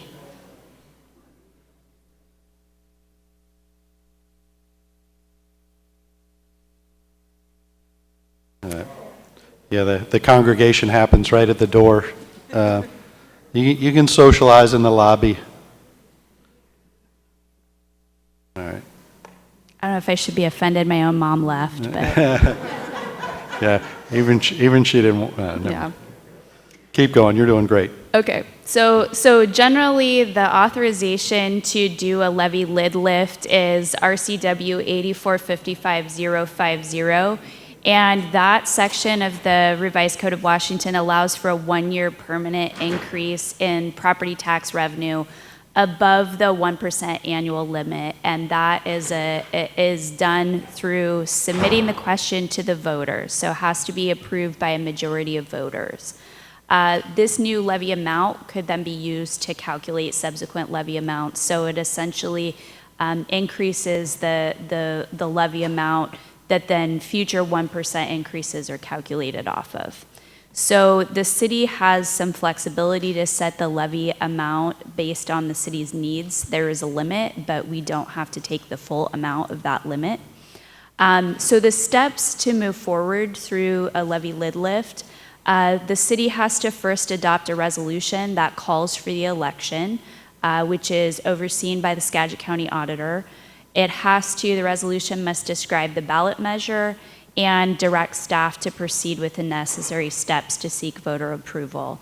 So based on council's discussion through the budget process, staff have been preparing for an initiative to be on the April 25th, 2023 special election, which would require materials to be submitted to the Skagit County Auditor by February 24th.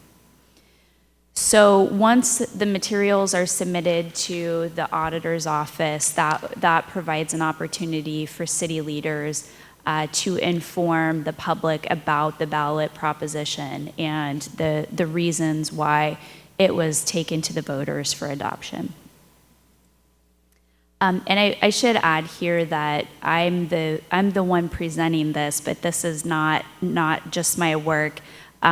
Chiefs Floyd and Chief Harris have been working on this, along with Ms. Shue and Steve Hoagland. So there's been a lot of staff conversations that have happened within the past week to understand the mechanics and the direction of this ask. So the purpose of the levy proceeds would be to add public safety staff to improve levels of service and response times to protect public health and safety. So after some staff discussion, the proposal would be to add 5 new Anacortes Police Department officers and 8 new Anacortes Fire Department firefighter medics. And so that's what staff is proposing. The levy amount is not yet settled. The current property tax levy is, Mr. Hoagland was sure to make sure we got this right, 0.98095 cents or dollars per $1,000 of assessed value. So the levy amount will be calculated based off of the cost of adding these new staff members, and those calculations are still happening right now. So next steps, if council's interested in moving this forward. So tonight, it would be helpful if council could weigh in on the proposed number of added staff members, so that 5 police officers, 8 firefighter medics, and then provide feedback on the resolution itself. I got some helpful feedback today from Councilmember Walters. Thank you for that, and we'll make sure that we incorporate that into the next draft. So after tonight, mayor and staff can incorporate that and other feedback into the resolution. Continue to work on using the numbers that council provides feedback on tonight of those staff numbers, calculate the levy amount, and then finalize a draft resolution to bring back to council at a later date. So at a future meeting then, if council wants to move forward with this, you may adopt Resolution 3103, which then, the mayor and staff would work with the Skagit County Auditor to get all the materials together to place that initiative on the April 2023 ballot. So those are the points I wanted to make. I know that there are, there are questions about what the proceeds will be used for, and both of the chiefs are here to help answer those questions. I'm happy to answer any questions about the mechanics. Okay, again, like Ms. Swetnam said, thanks to Mr. Walters for the feedback. We'll get that incorporated.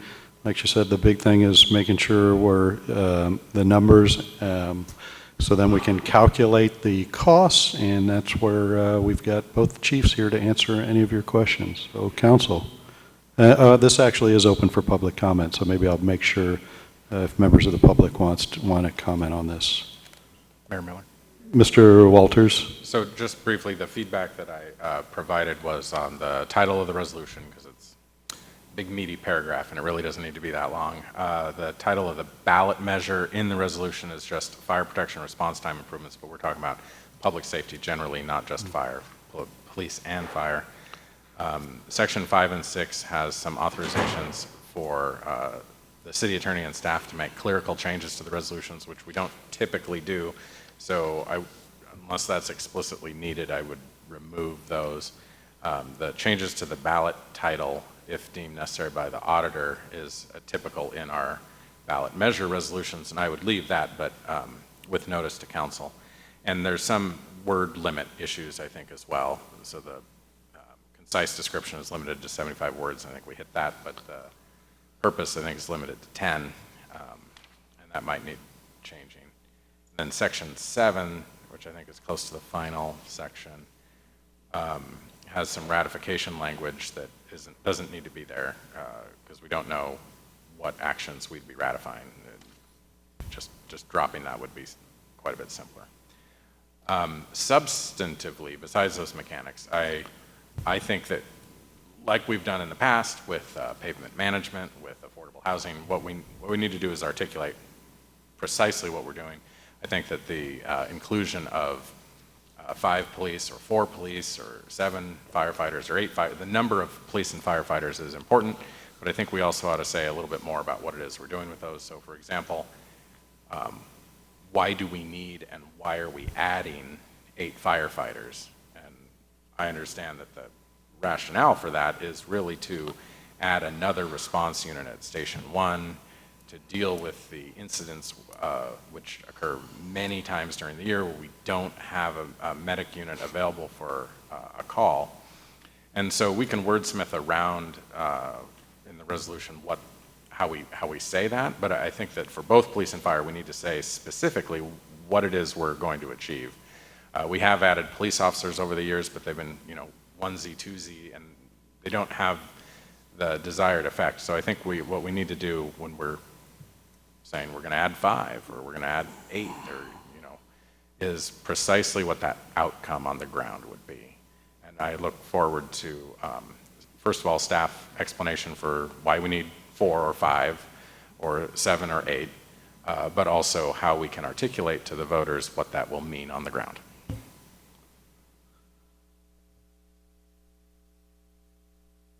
Any other questions before? The chiefs might as well start working their way up forward. Mayor Miller. Ms. Hubick. Thank you.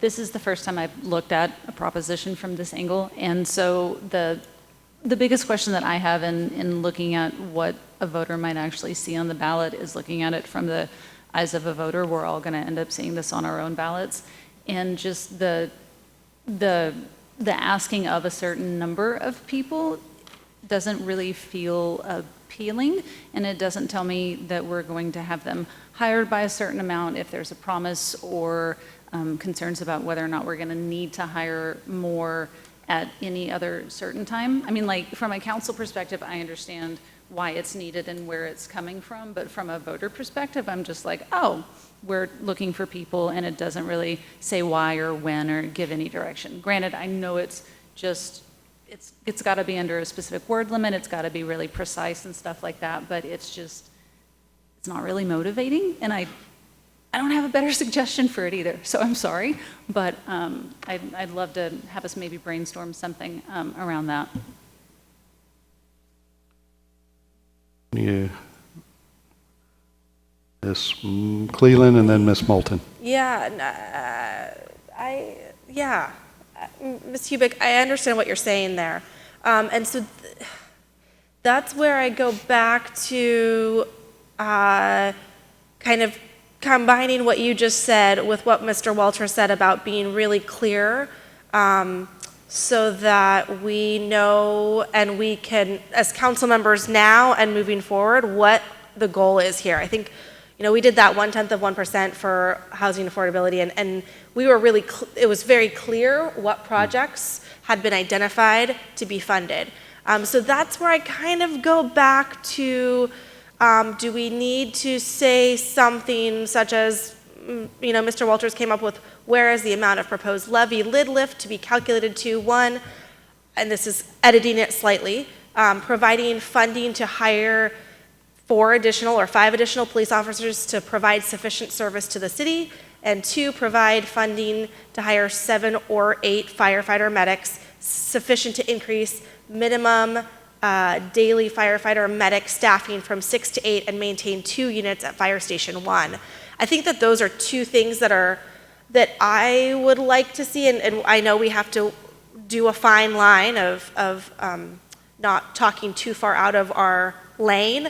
But to me, that's a really important thing. And while it may not end up on the ballot, I think it's important to have it in our resolution so people can look back at, and we have it memorialized as to what we expect and are asking of the voters. Yeah, I think that's a good point. If it's not going to fit in the wording that we send, we can get it in the resolution, I think, to answer those things, because obviously once we get it on the ballot, then it's going to be up to us electeds to fill in those critical details for the voting public.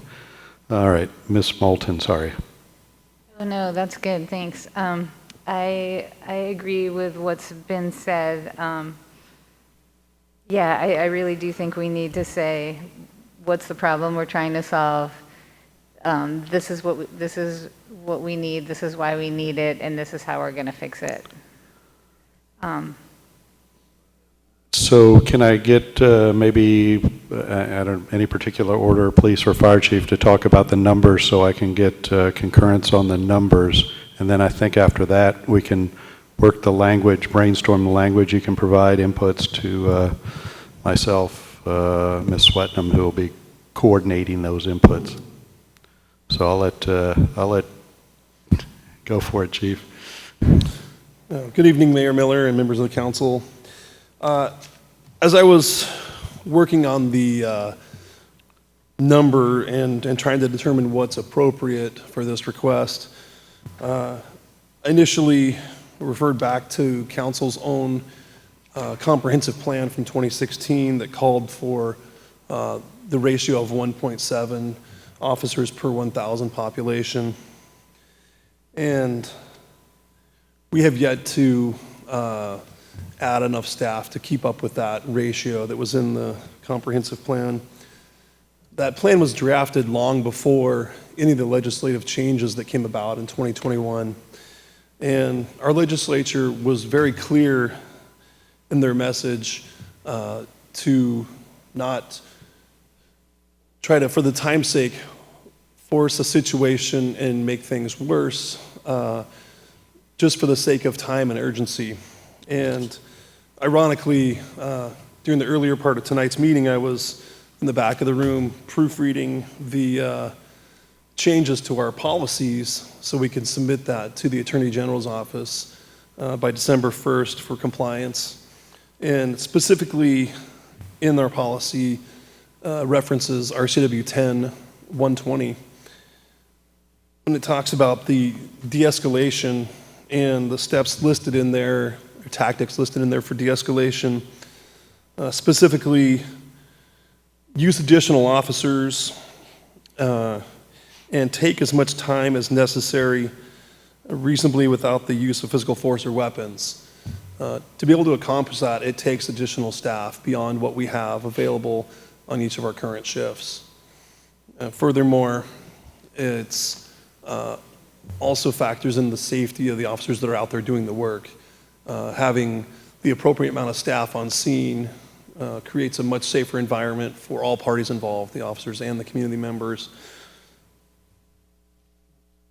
Beyond that, it's call volume and the crime rates that we've all seen dramatically increase in the last 2 years.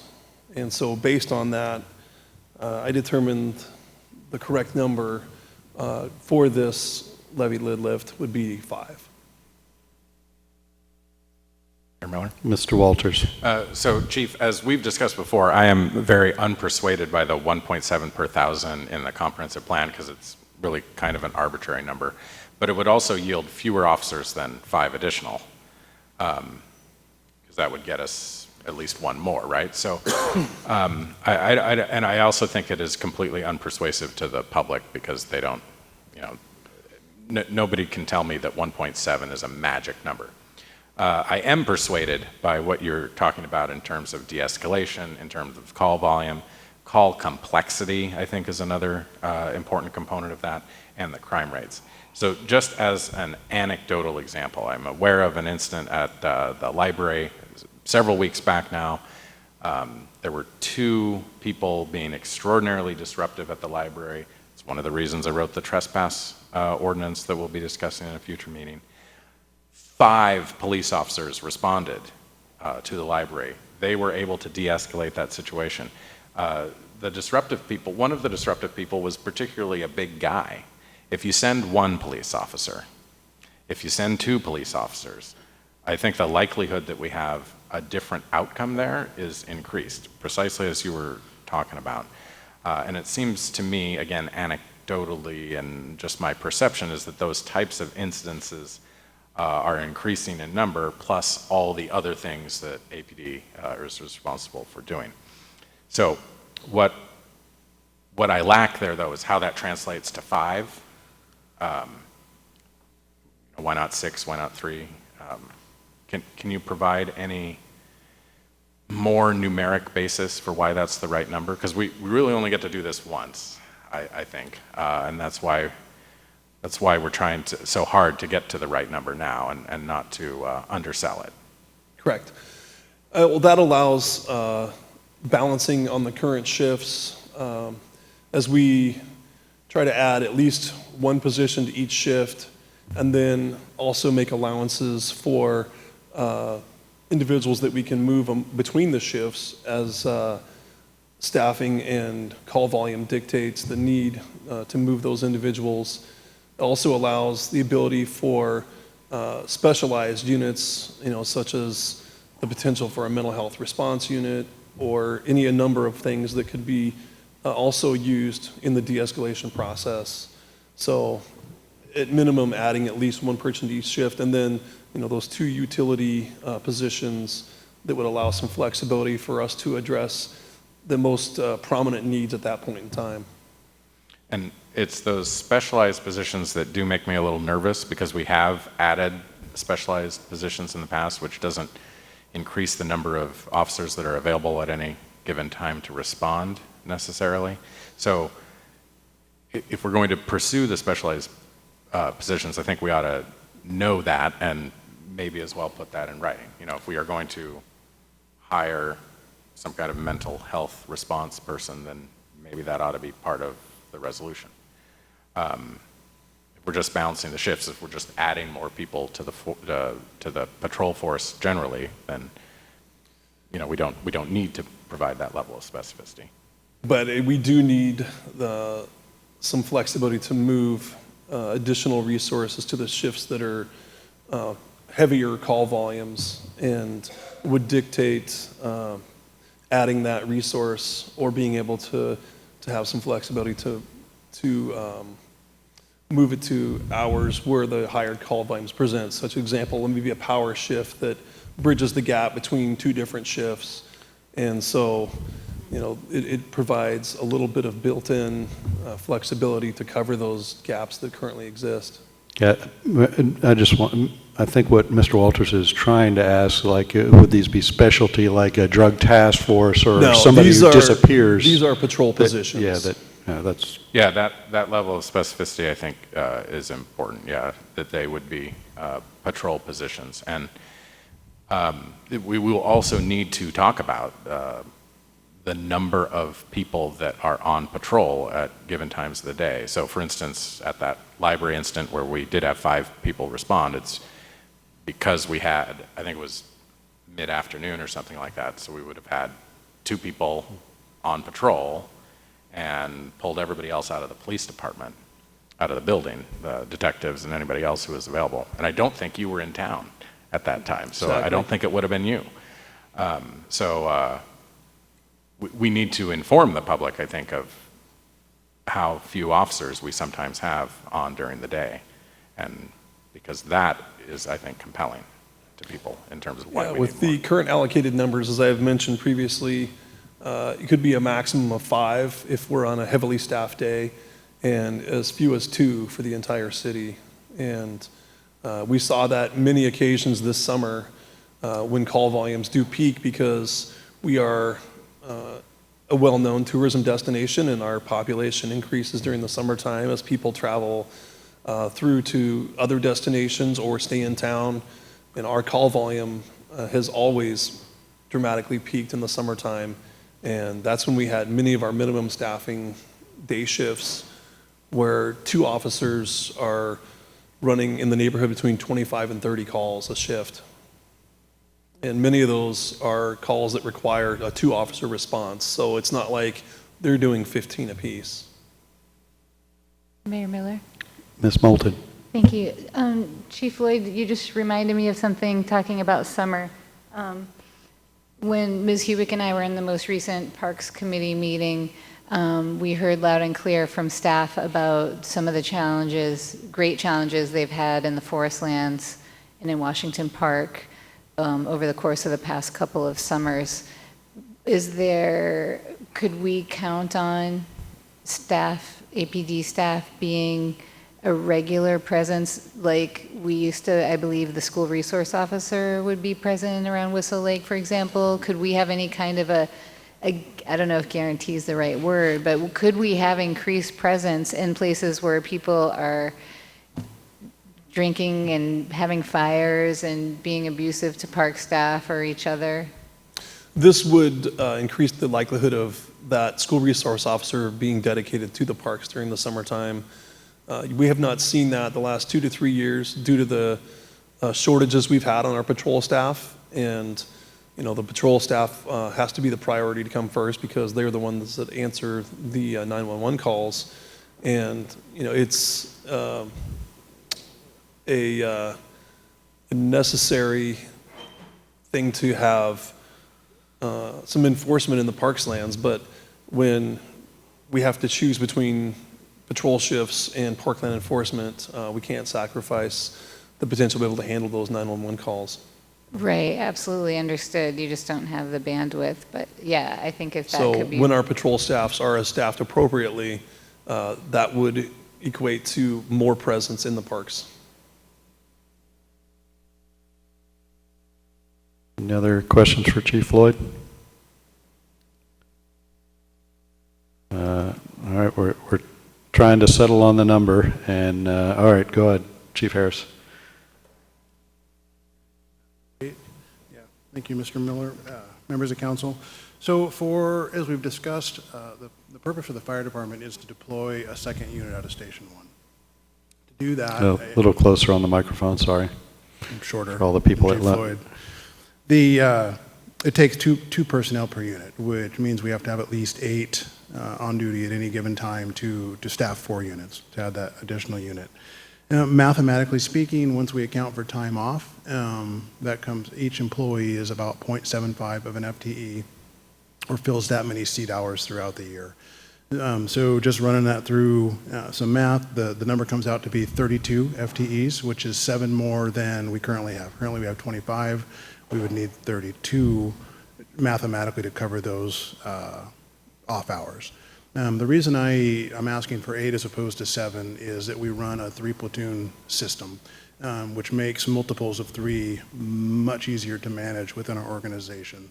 So by adding that 8, that gives us from 32 to 33, allows the shifts to be balanced out at 11, which allows for, while 32 gets it done mathematically, it makes it very difficult to manage those employees administratively, to account for training, accountability. So basically, everyone answers to a single supervisor. The easiest way to accomplish the staffing otherwise is to have floaters that bounce between A, B, and C shifts, which will work. It just creates other difficulties. And as we kind of have mentioned earlier, we get one shot at this. So the opportunity to get it right, I think, is more important than holding the line to the minimum. Mr. Walters. So you do have $380,000 worth of overtime in the 2023 proposed budget. Yes. If we added 7 firefighters, could we not pay for the 8th out of a portion of that overtime? I would imagine. The only thing, and I thought about that, you'd mentioned that in the written documents I'd seen earlier. Yes, that's certainly a possibility. My concern with that is if we look at the 25 personnel we have now, and then that basically gives us 6.25 per day. So if we go to, well, actually I'm arguing against myself here, but as we switch, where the money comes from doesn't make a lot of difference. My concern is by going from that 6.25, and if we add 32, that puts us right at almost exactly 8. There's no cushion. So we're going from filling 6 seats to 8 seats on a daily basis. I don't know that the overtime is going to significantly drop off. It's a tough time right now to analyze the overtime coming out of the COVID. So in both of my 2 years here, there's been a really high sick use rate. It's higher than it has been in past years. My concern is it's not going to return to the baseline because I feel like we've made a cultural change, and that I base that on what I'm seeing. Folks call out quicker, and depending on perspective, that's a good thing or a bad thing, as we're trying to minimize. But we've basically trained our employees, not just in the fire service, but everywhere, that when you don't feel well, to call out so we're not getting people sick. So while I think it's very possible that that would work, I don't know that we can project that accurately at this time. Well, and I concur that that is important. Please don't come to work sick, and please don't come to help people with medical problems when you're sick. It does strike me as well to buoy your argument that you're adding quite a number of firefighters to the available firefighters. You just need a proportionally larger amount of overtime, even if we are able to affect the amount of overtime needed as a result of the structure. You've got more people, so more people cost more for overtime.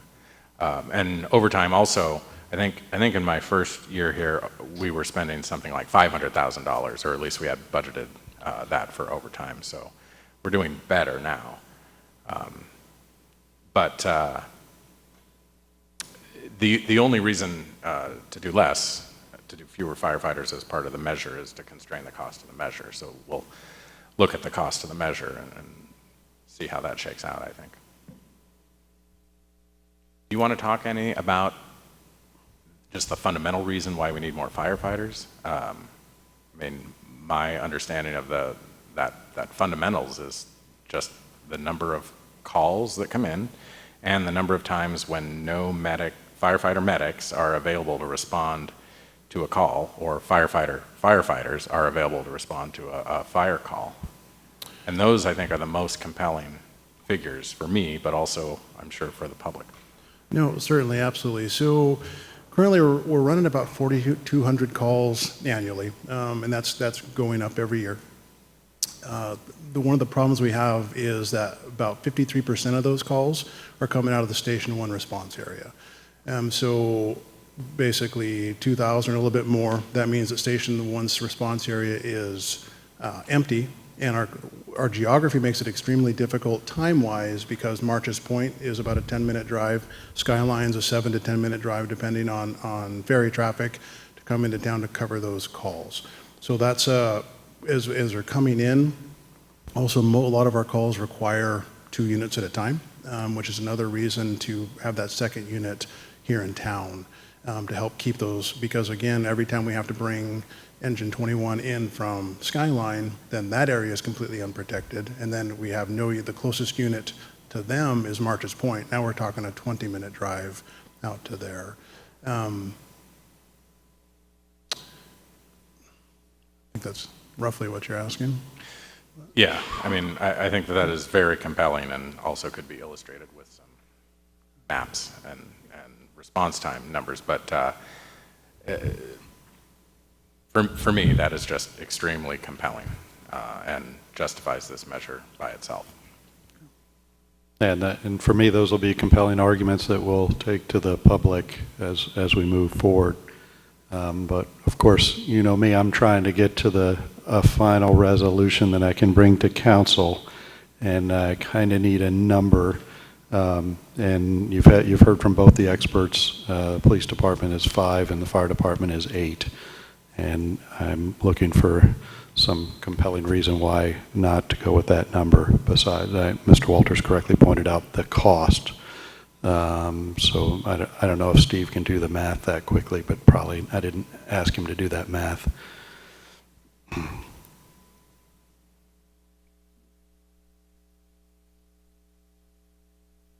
So we come back with some of you're going to make some suggested resolution changes to the language that I think captures some of that.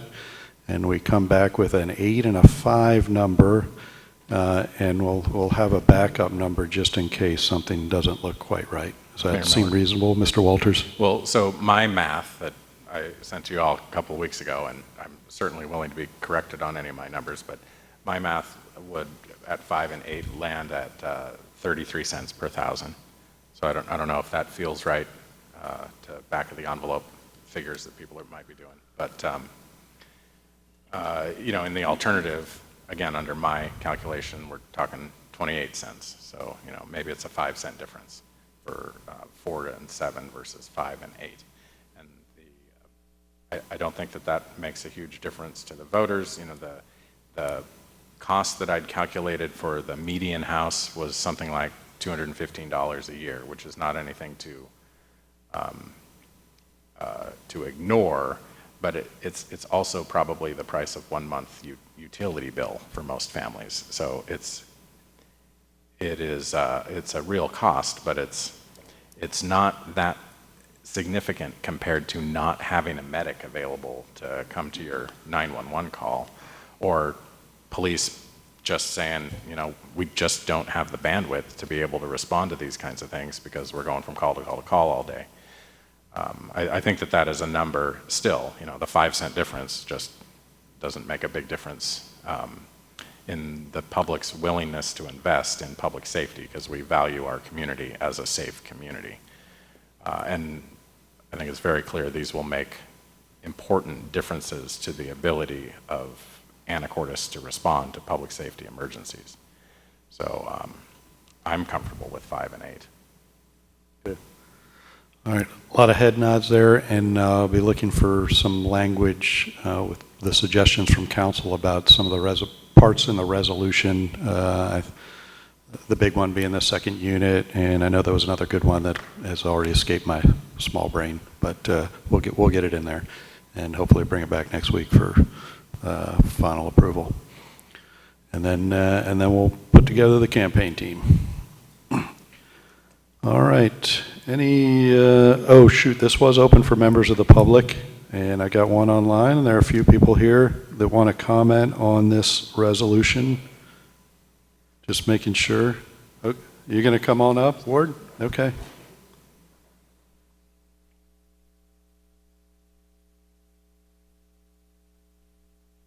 Ward McKenzie, resident. I just had a couple of comments or points that I'd like to suggest for your consideration. If you look back at the comprehensive plan, and it talked about hiring additional police, I've been here now for 5 years, and I've not seen that brought up since as an issue or a matter of concern. I came to some of the budget hearings in the last couple of weeks, and normally I'm used to seeing a budget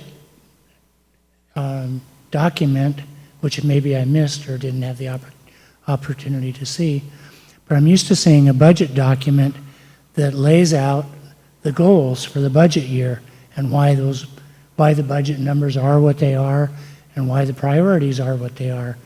Not having seen those things, I didn't really know what brought up all this issue.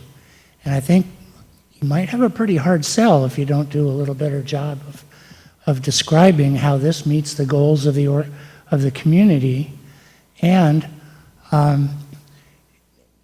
I did a very sort of superficial web search about policing ratios, and all it said was, for cities of our size, we're sort of in the middle of the pack, but it's really not a good number because you have to demonstrate why you need more or fewer police. And so I'm thinking that maybe one of the more persuasive arguments that could be made is to show some results. What are the outcomes that are going to be achieved by hiring these people? What are we getting for it? Because right now, if you just say, oh, we want to hire 13 people, and I'm looking at a couple $1 million a year and a 25% increase in the local property tax levy, if it goes from 98 plus 28, I'm just ballparking it, that's a fairly significant chunk. So what am I going to get for that? And I think there's really needs to be some discussion about what, I understand the staffing discussions and how it's more efficient, but have you ruled out that other alternatives might have been used? And if this alternative is the best one, why is it the best one? And what is it we're getting for that? What are the outcomes and results we're getting in our fire safety and our police safety? Otherwise, I think you're going to have a pretty tough road to sell this. Okay, thank you. All right. All right, we're going to move on to item 6C, I believe. Ordinance 4033, 2023 to 2028 Capital Facilities Plan. This is discussion and possible action, and its companion ordinance is 4034, the 2023 budget, discussion and possible action. Mr. Hoagland. Thank you, Mayor, members of the council, members of the audience.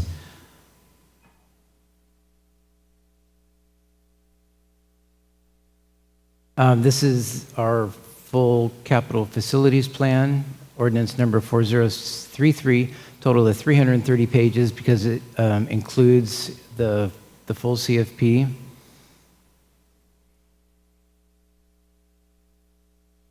And ordinance 4034 adopts the 2023 annual budget. Last week, Mr. Walters correctly pointed out that the capital facilities plan needs to be adopted in conjunction with the operating budget, or any amendment to the capital portion of the comp plan, which I didn't fully understand that last week, so I appreciate that comment of clarity. But the capital facilities plan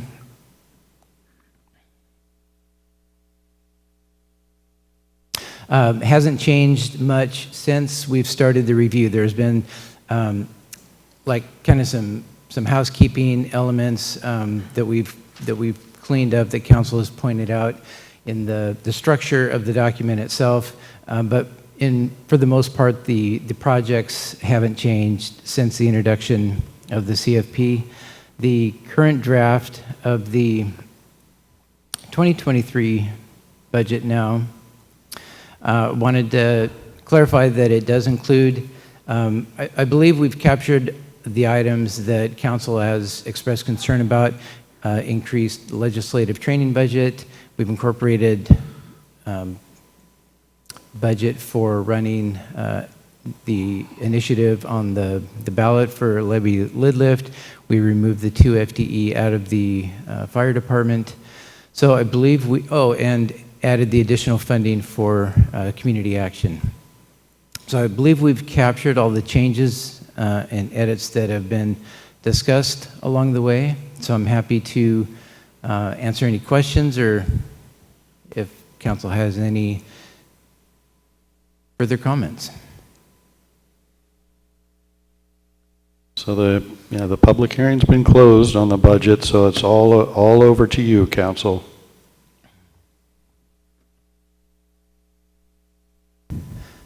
Mayor Miller. Mr. Walters. Well, one question. I participated remotely last week and wasn't really able to see everything that was going on in the room, but I thought that Ms. Moulton had asked a question about the library and it being funded from reserves. It looks to me like it is. Can you confirm that? Yes, absolutely.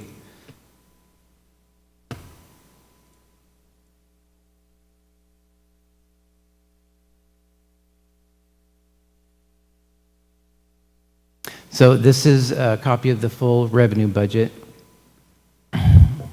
It's been a few weeks since we went through this, but bear with me, I'll scroll down to Fund 103, which is the library budget. I apologize for getting everybody. That's right. I'll remember to avert my eyes when you're scrolling. So Fund 103 is the library budget.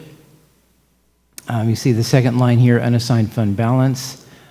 We are using about $117,000 in cash reserves to balance out the expenditure budget. And that's not the only fund. We have several funds. Again, I know it's been a few weeks, but we talked about this a few weeks ago. Several funds that we are using cash reserves to balance the expenditure budget out. Parks is another one at 186,000.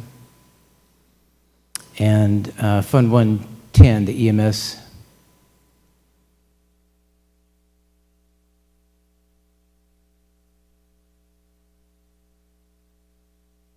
The EMS budget, using 215,000 cash reserves to balance out the expenditure budget. And at the same time, our projected general fund balance is banking 467,000.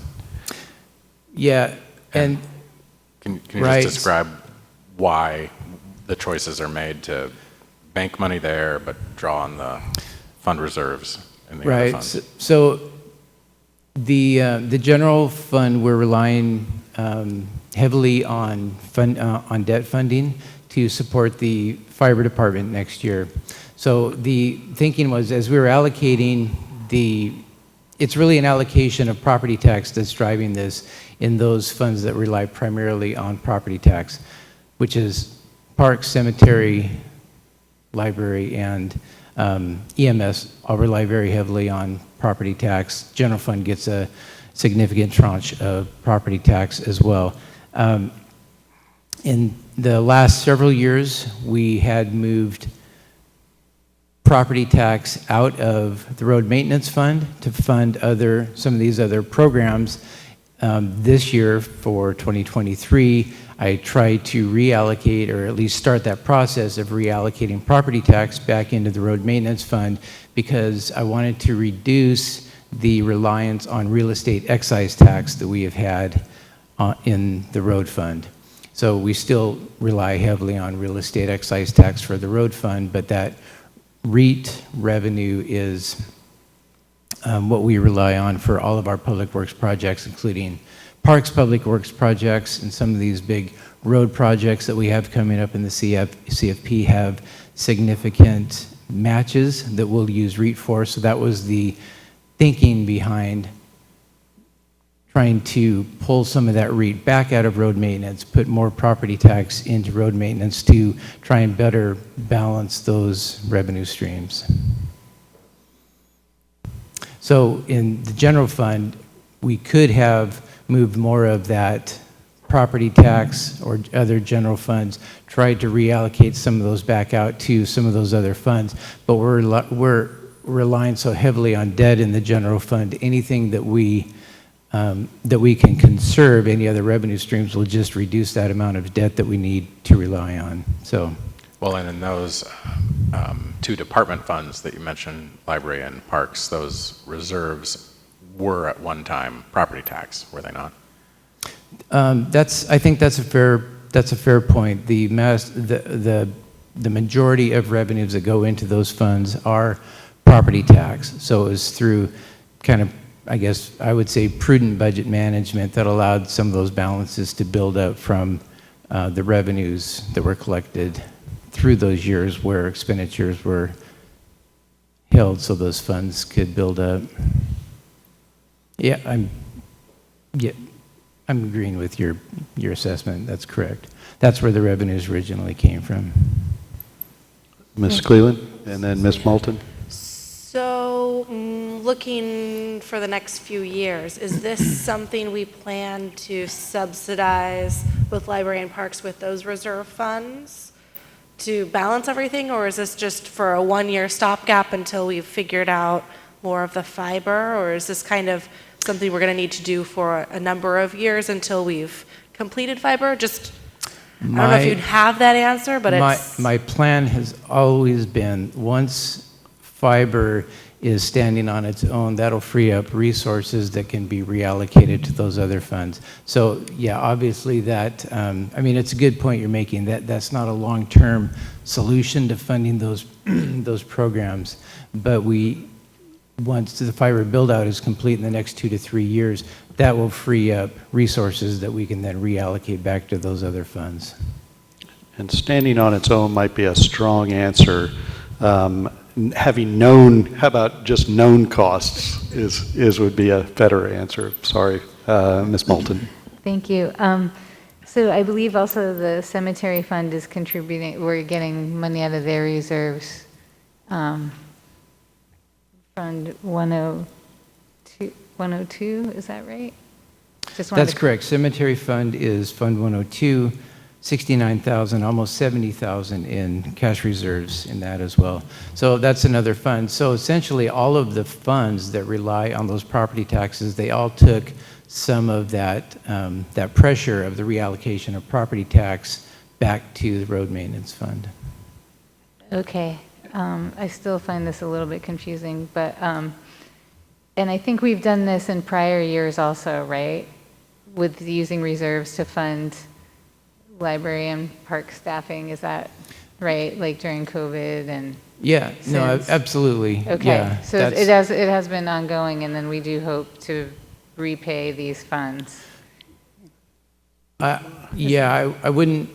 Or I don't know if that's the right word. I wouldn't want to put, I guess I wouldn't want to put out there that we're going to repay those funds. All of these funds, they have their own cash, and for this very reason, from time to time, it makes budgeting easier to be able to rely on those cash reserves. And we have done that in the past. Over the last several years, the economy has been very strong, and we've been able to bank cash reserves into all of those funds. So we're using those now to help balance this budget in 2023. And I'll take a risk, and Steve will correct me if I'm wrong, but part of the reason of balancing back to the road fund is a potential $590,000 match that hopefully in a perfect world, on Friday, I'm going to go shake down some state folks and we'll get a match for that. But in the meantime, for planning purposes, you've got to move that money to be available in the road fund for that match. Am I speaking out of your budget school? No, that's exactly right. Okay, well, hard to believe. Mayor Miller. Mr. Walters. Well, and arguably, the parks and library funds don't need a reserve because they could just be funded like the police department is. The police department doesn't have a reserve.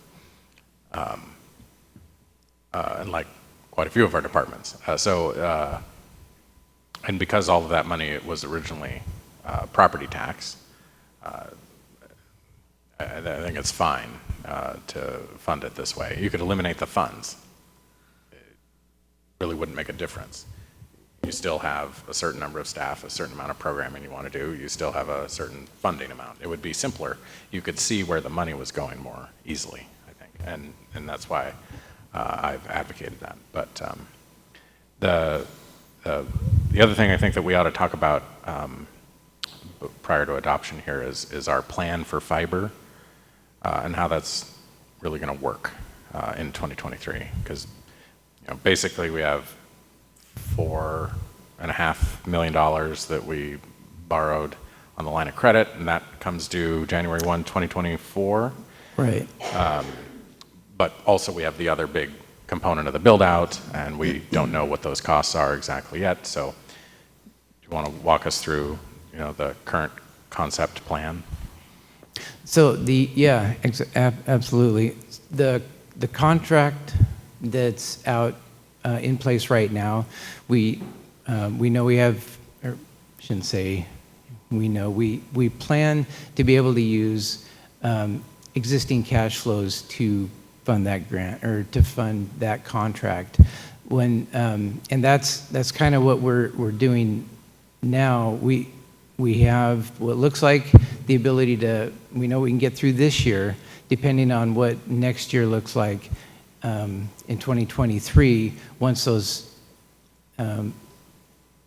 costs are a little more well-known, once we have a better idea of what those actual costs are going to be, we'll be able to make that decision whether we can cash flow the rest of that project next year as well. So we're using existing cash flows to get through 2022. Depending on what those costs and what the economy look like in 2023, we'll make the decision at some point next year whether we can continue to just fund the program through existing cash flows and when we need to go out and get a debt instrument to fund the rest of the program. And I've asked Steve many times to crank up the crystal ball and figure out that cash flow process at the same time talking to Ms. Shu about what we think the expenses are going to be, and I think I've talked to everybody on council about where we think that is going to hit the 17% mark, and our best guess is March or April, based on current projections of the cost of fiber. That we'll have to, that's when we'll make the decision point on the next funding, the bonding source. For the budgeting purposes, yes, we balance that with, what's the term we use, or with debt instruments or something. Right. Like we said last year, the same thing. Again, we've been fortunate in 2022 to be able to cash flow our fiber expenses, but I do not predict, and I think the staff would back me up, that we will be able to continue to do that through 2023. It's just a matter of when that happens. That's how we put the budget together. Mr. Walters. So then we would be looking at interfund loans to cover that required cash flow, but ultimately a bond, right? Yeah, that's what we've been discussing. That's the plan at this point, is a bond.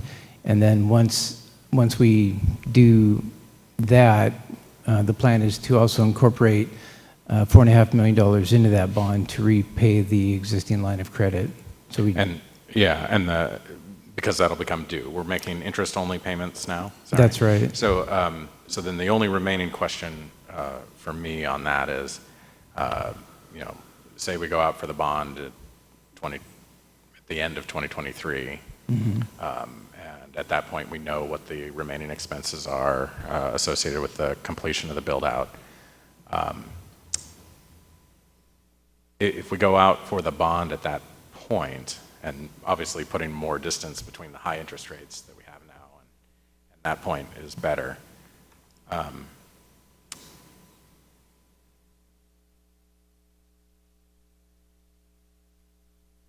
lost my train of thought here for a second, but I'll come back.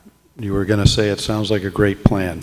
It sounds, that is the question. So does that work? So if we go out for a bond, obviously you've got all these question marks and the interest rate, but do we expect that the income from fiber can cover the debt service?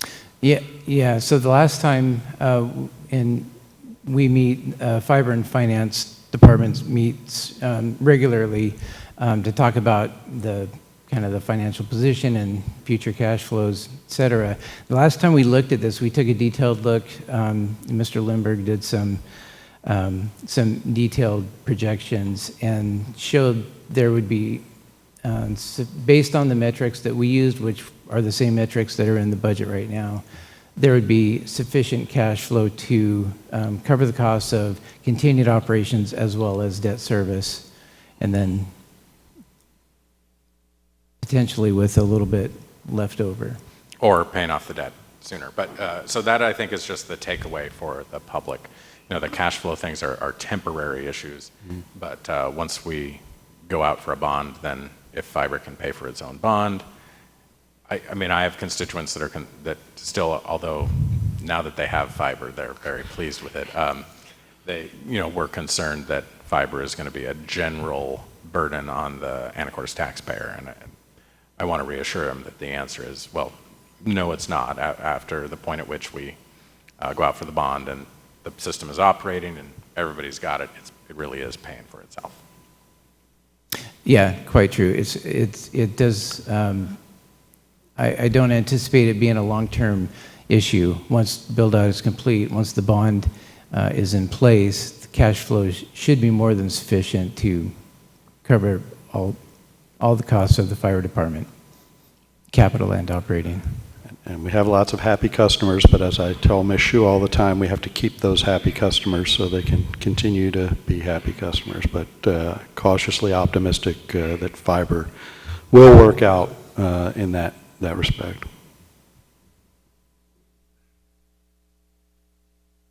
One thing I might say, just a bit selfishly, as related to the budget, the fiscal year does actually run on both sides of the calendar year. So it's we can't start spending money out of the budget until it's adopted by council. So we do have invoices in various departments that are being held until the 2023 budget is adopted, and once it's adopted, then those invoices can be processed against the budget, and they're for things like trainings, subscriptions. The biggest ones are the fleet departments. There are a lot of long-term vehicles, long-term build vehicles that they like to get ordered as soon as possible. So if council doesn't have any significant issues with the budget, I mean, I'm happy to continue talking about this as long as you need to. But as soon as it can be adopted, I know that'll make some of our other departments happy. Any other questions for Mr. Hoagland?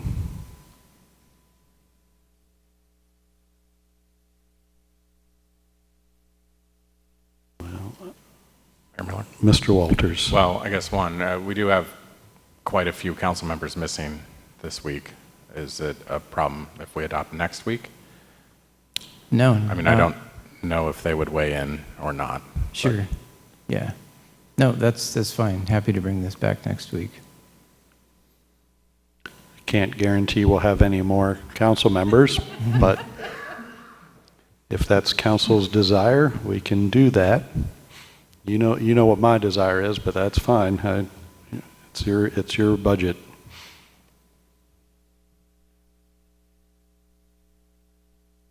Sounds like bring it back next week. All right, there it is. All right, so we're on to item 6E. Ordinance 4038, third quarter budget amendment. This is discussion with possible action. Mr. Hoagland. Okay, thank you, Mayor. So a few items here. It's pretty much routine budget housekeeping for the most part. I would like to go through each of these. I'll make sure council has make sure you have your questions answered. But the whereases relate to the items down in the matrix of bars numbers here. So I'll just go through those if that's okay. So the first item here in Fund 113. So again, our bar structure, when you're looking at these numbers, the first three numbers are of the fund, is the fund number. So Fund 113 is the ACFL fund, requesting another $25,000, and this is related to the algae project at Heart Lake. In Fund 001240, the 240 department is planning and building. So an additional $15,000 for code enforcement, and that's related to taking care of some abandoned vehicles. $56,000 for professional services, and that's related to the Affordable Housing Action Plan. And $50,000 related to the SmartGov implementation. And as the funding source, I have $121,000 in cash reserves, and just wanted to point out that these are restricted to building use, the building department revenues. But I failed to include in the description here that the planning department got a grant for the Affordable Housing Action Plan. So all of that $56,000 would be covered by that grant.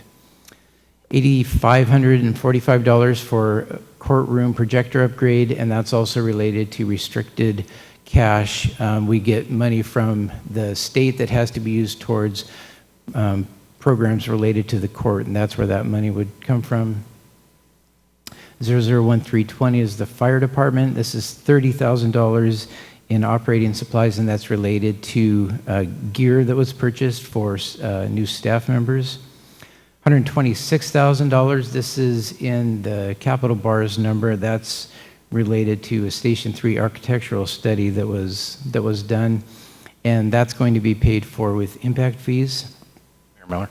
Mr. Walters. So on that one, I feel like I distinctly remember including that in the annual budget for 2022. So am I wrong about that? I was thinking that this was a rollover item from 2021, that we didn't accomplish it in 21, and it ended up rolling over into 22. That's possible. Yeah, I'm Sorry, I can't remember either now. But it has to do with our study. Oh, is Chief Harris still here, hiding is. behind you? Maybe he might remember.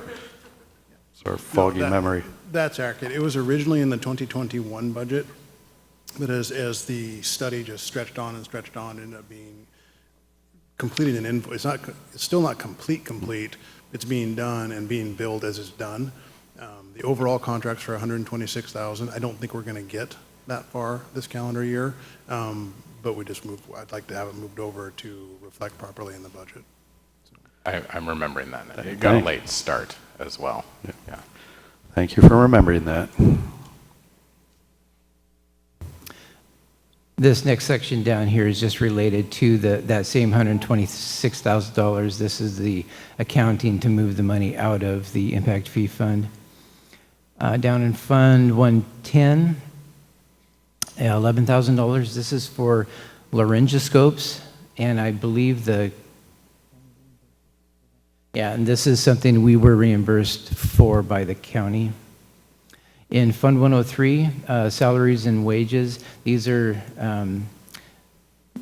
budget items that were set, that were set earlier in the year. I could rephrase the way I started to say that. There were staff changes that took place after the budget was put in place, so this would get that staffing cleaned up, or the budgeting for that staffing cleaned up. So that's it. A few items, pretty routine stuff. Be happy to answer any questions about it, though, or any comments that council might have. Any questions for Mr. Hoagland on the third quarter budget amendment?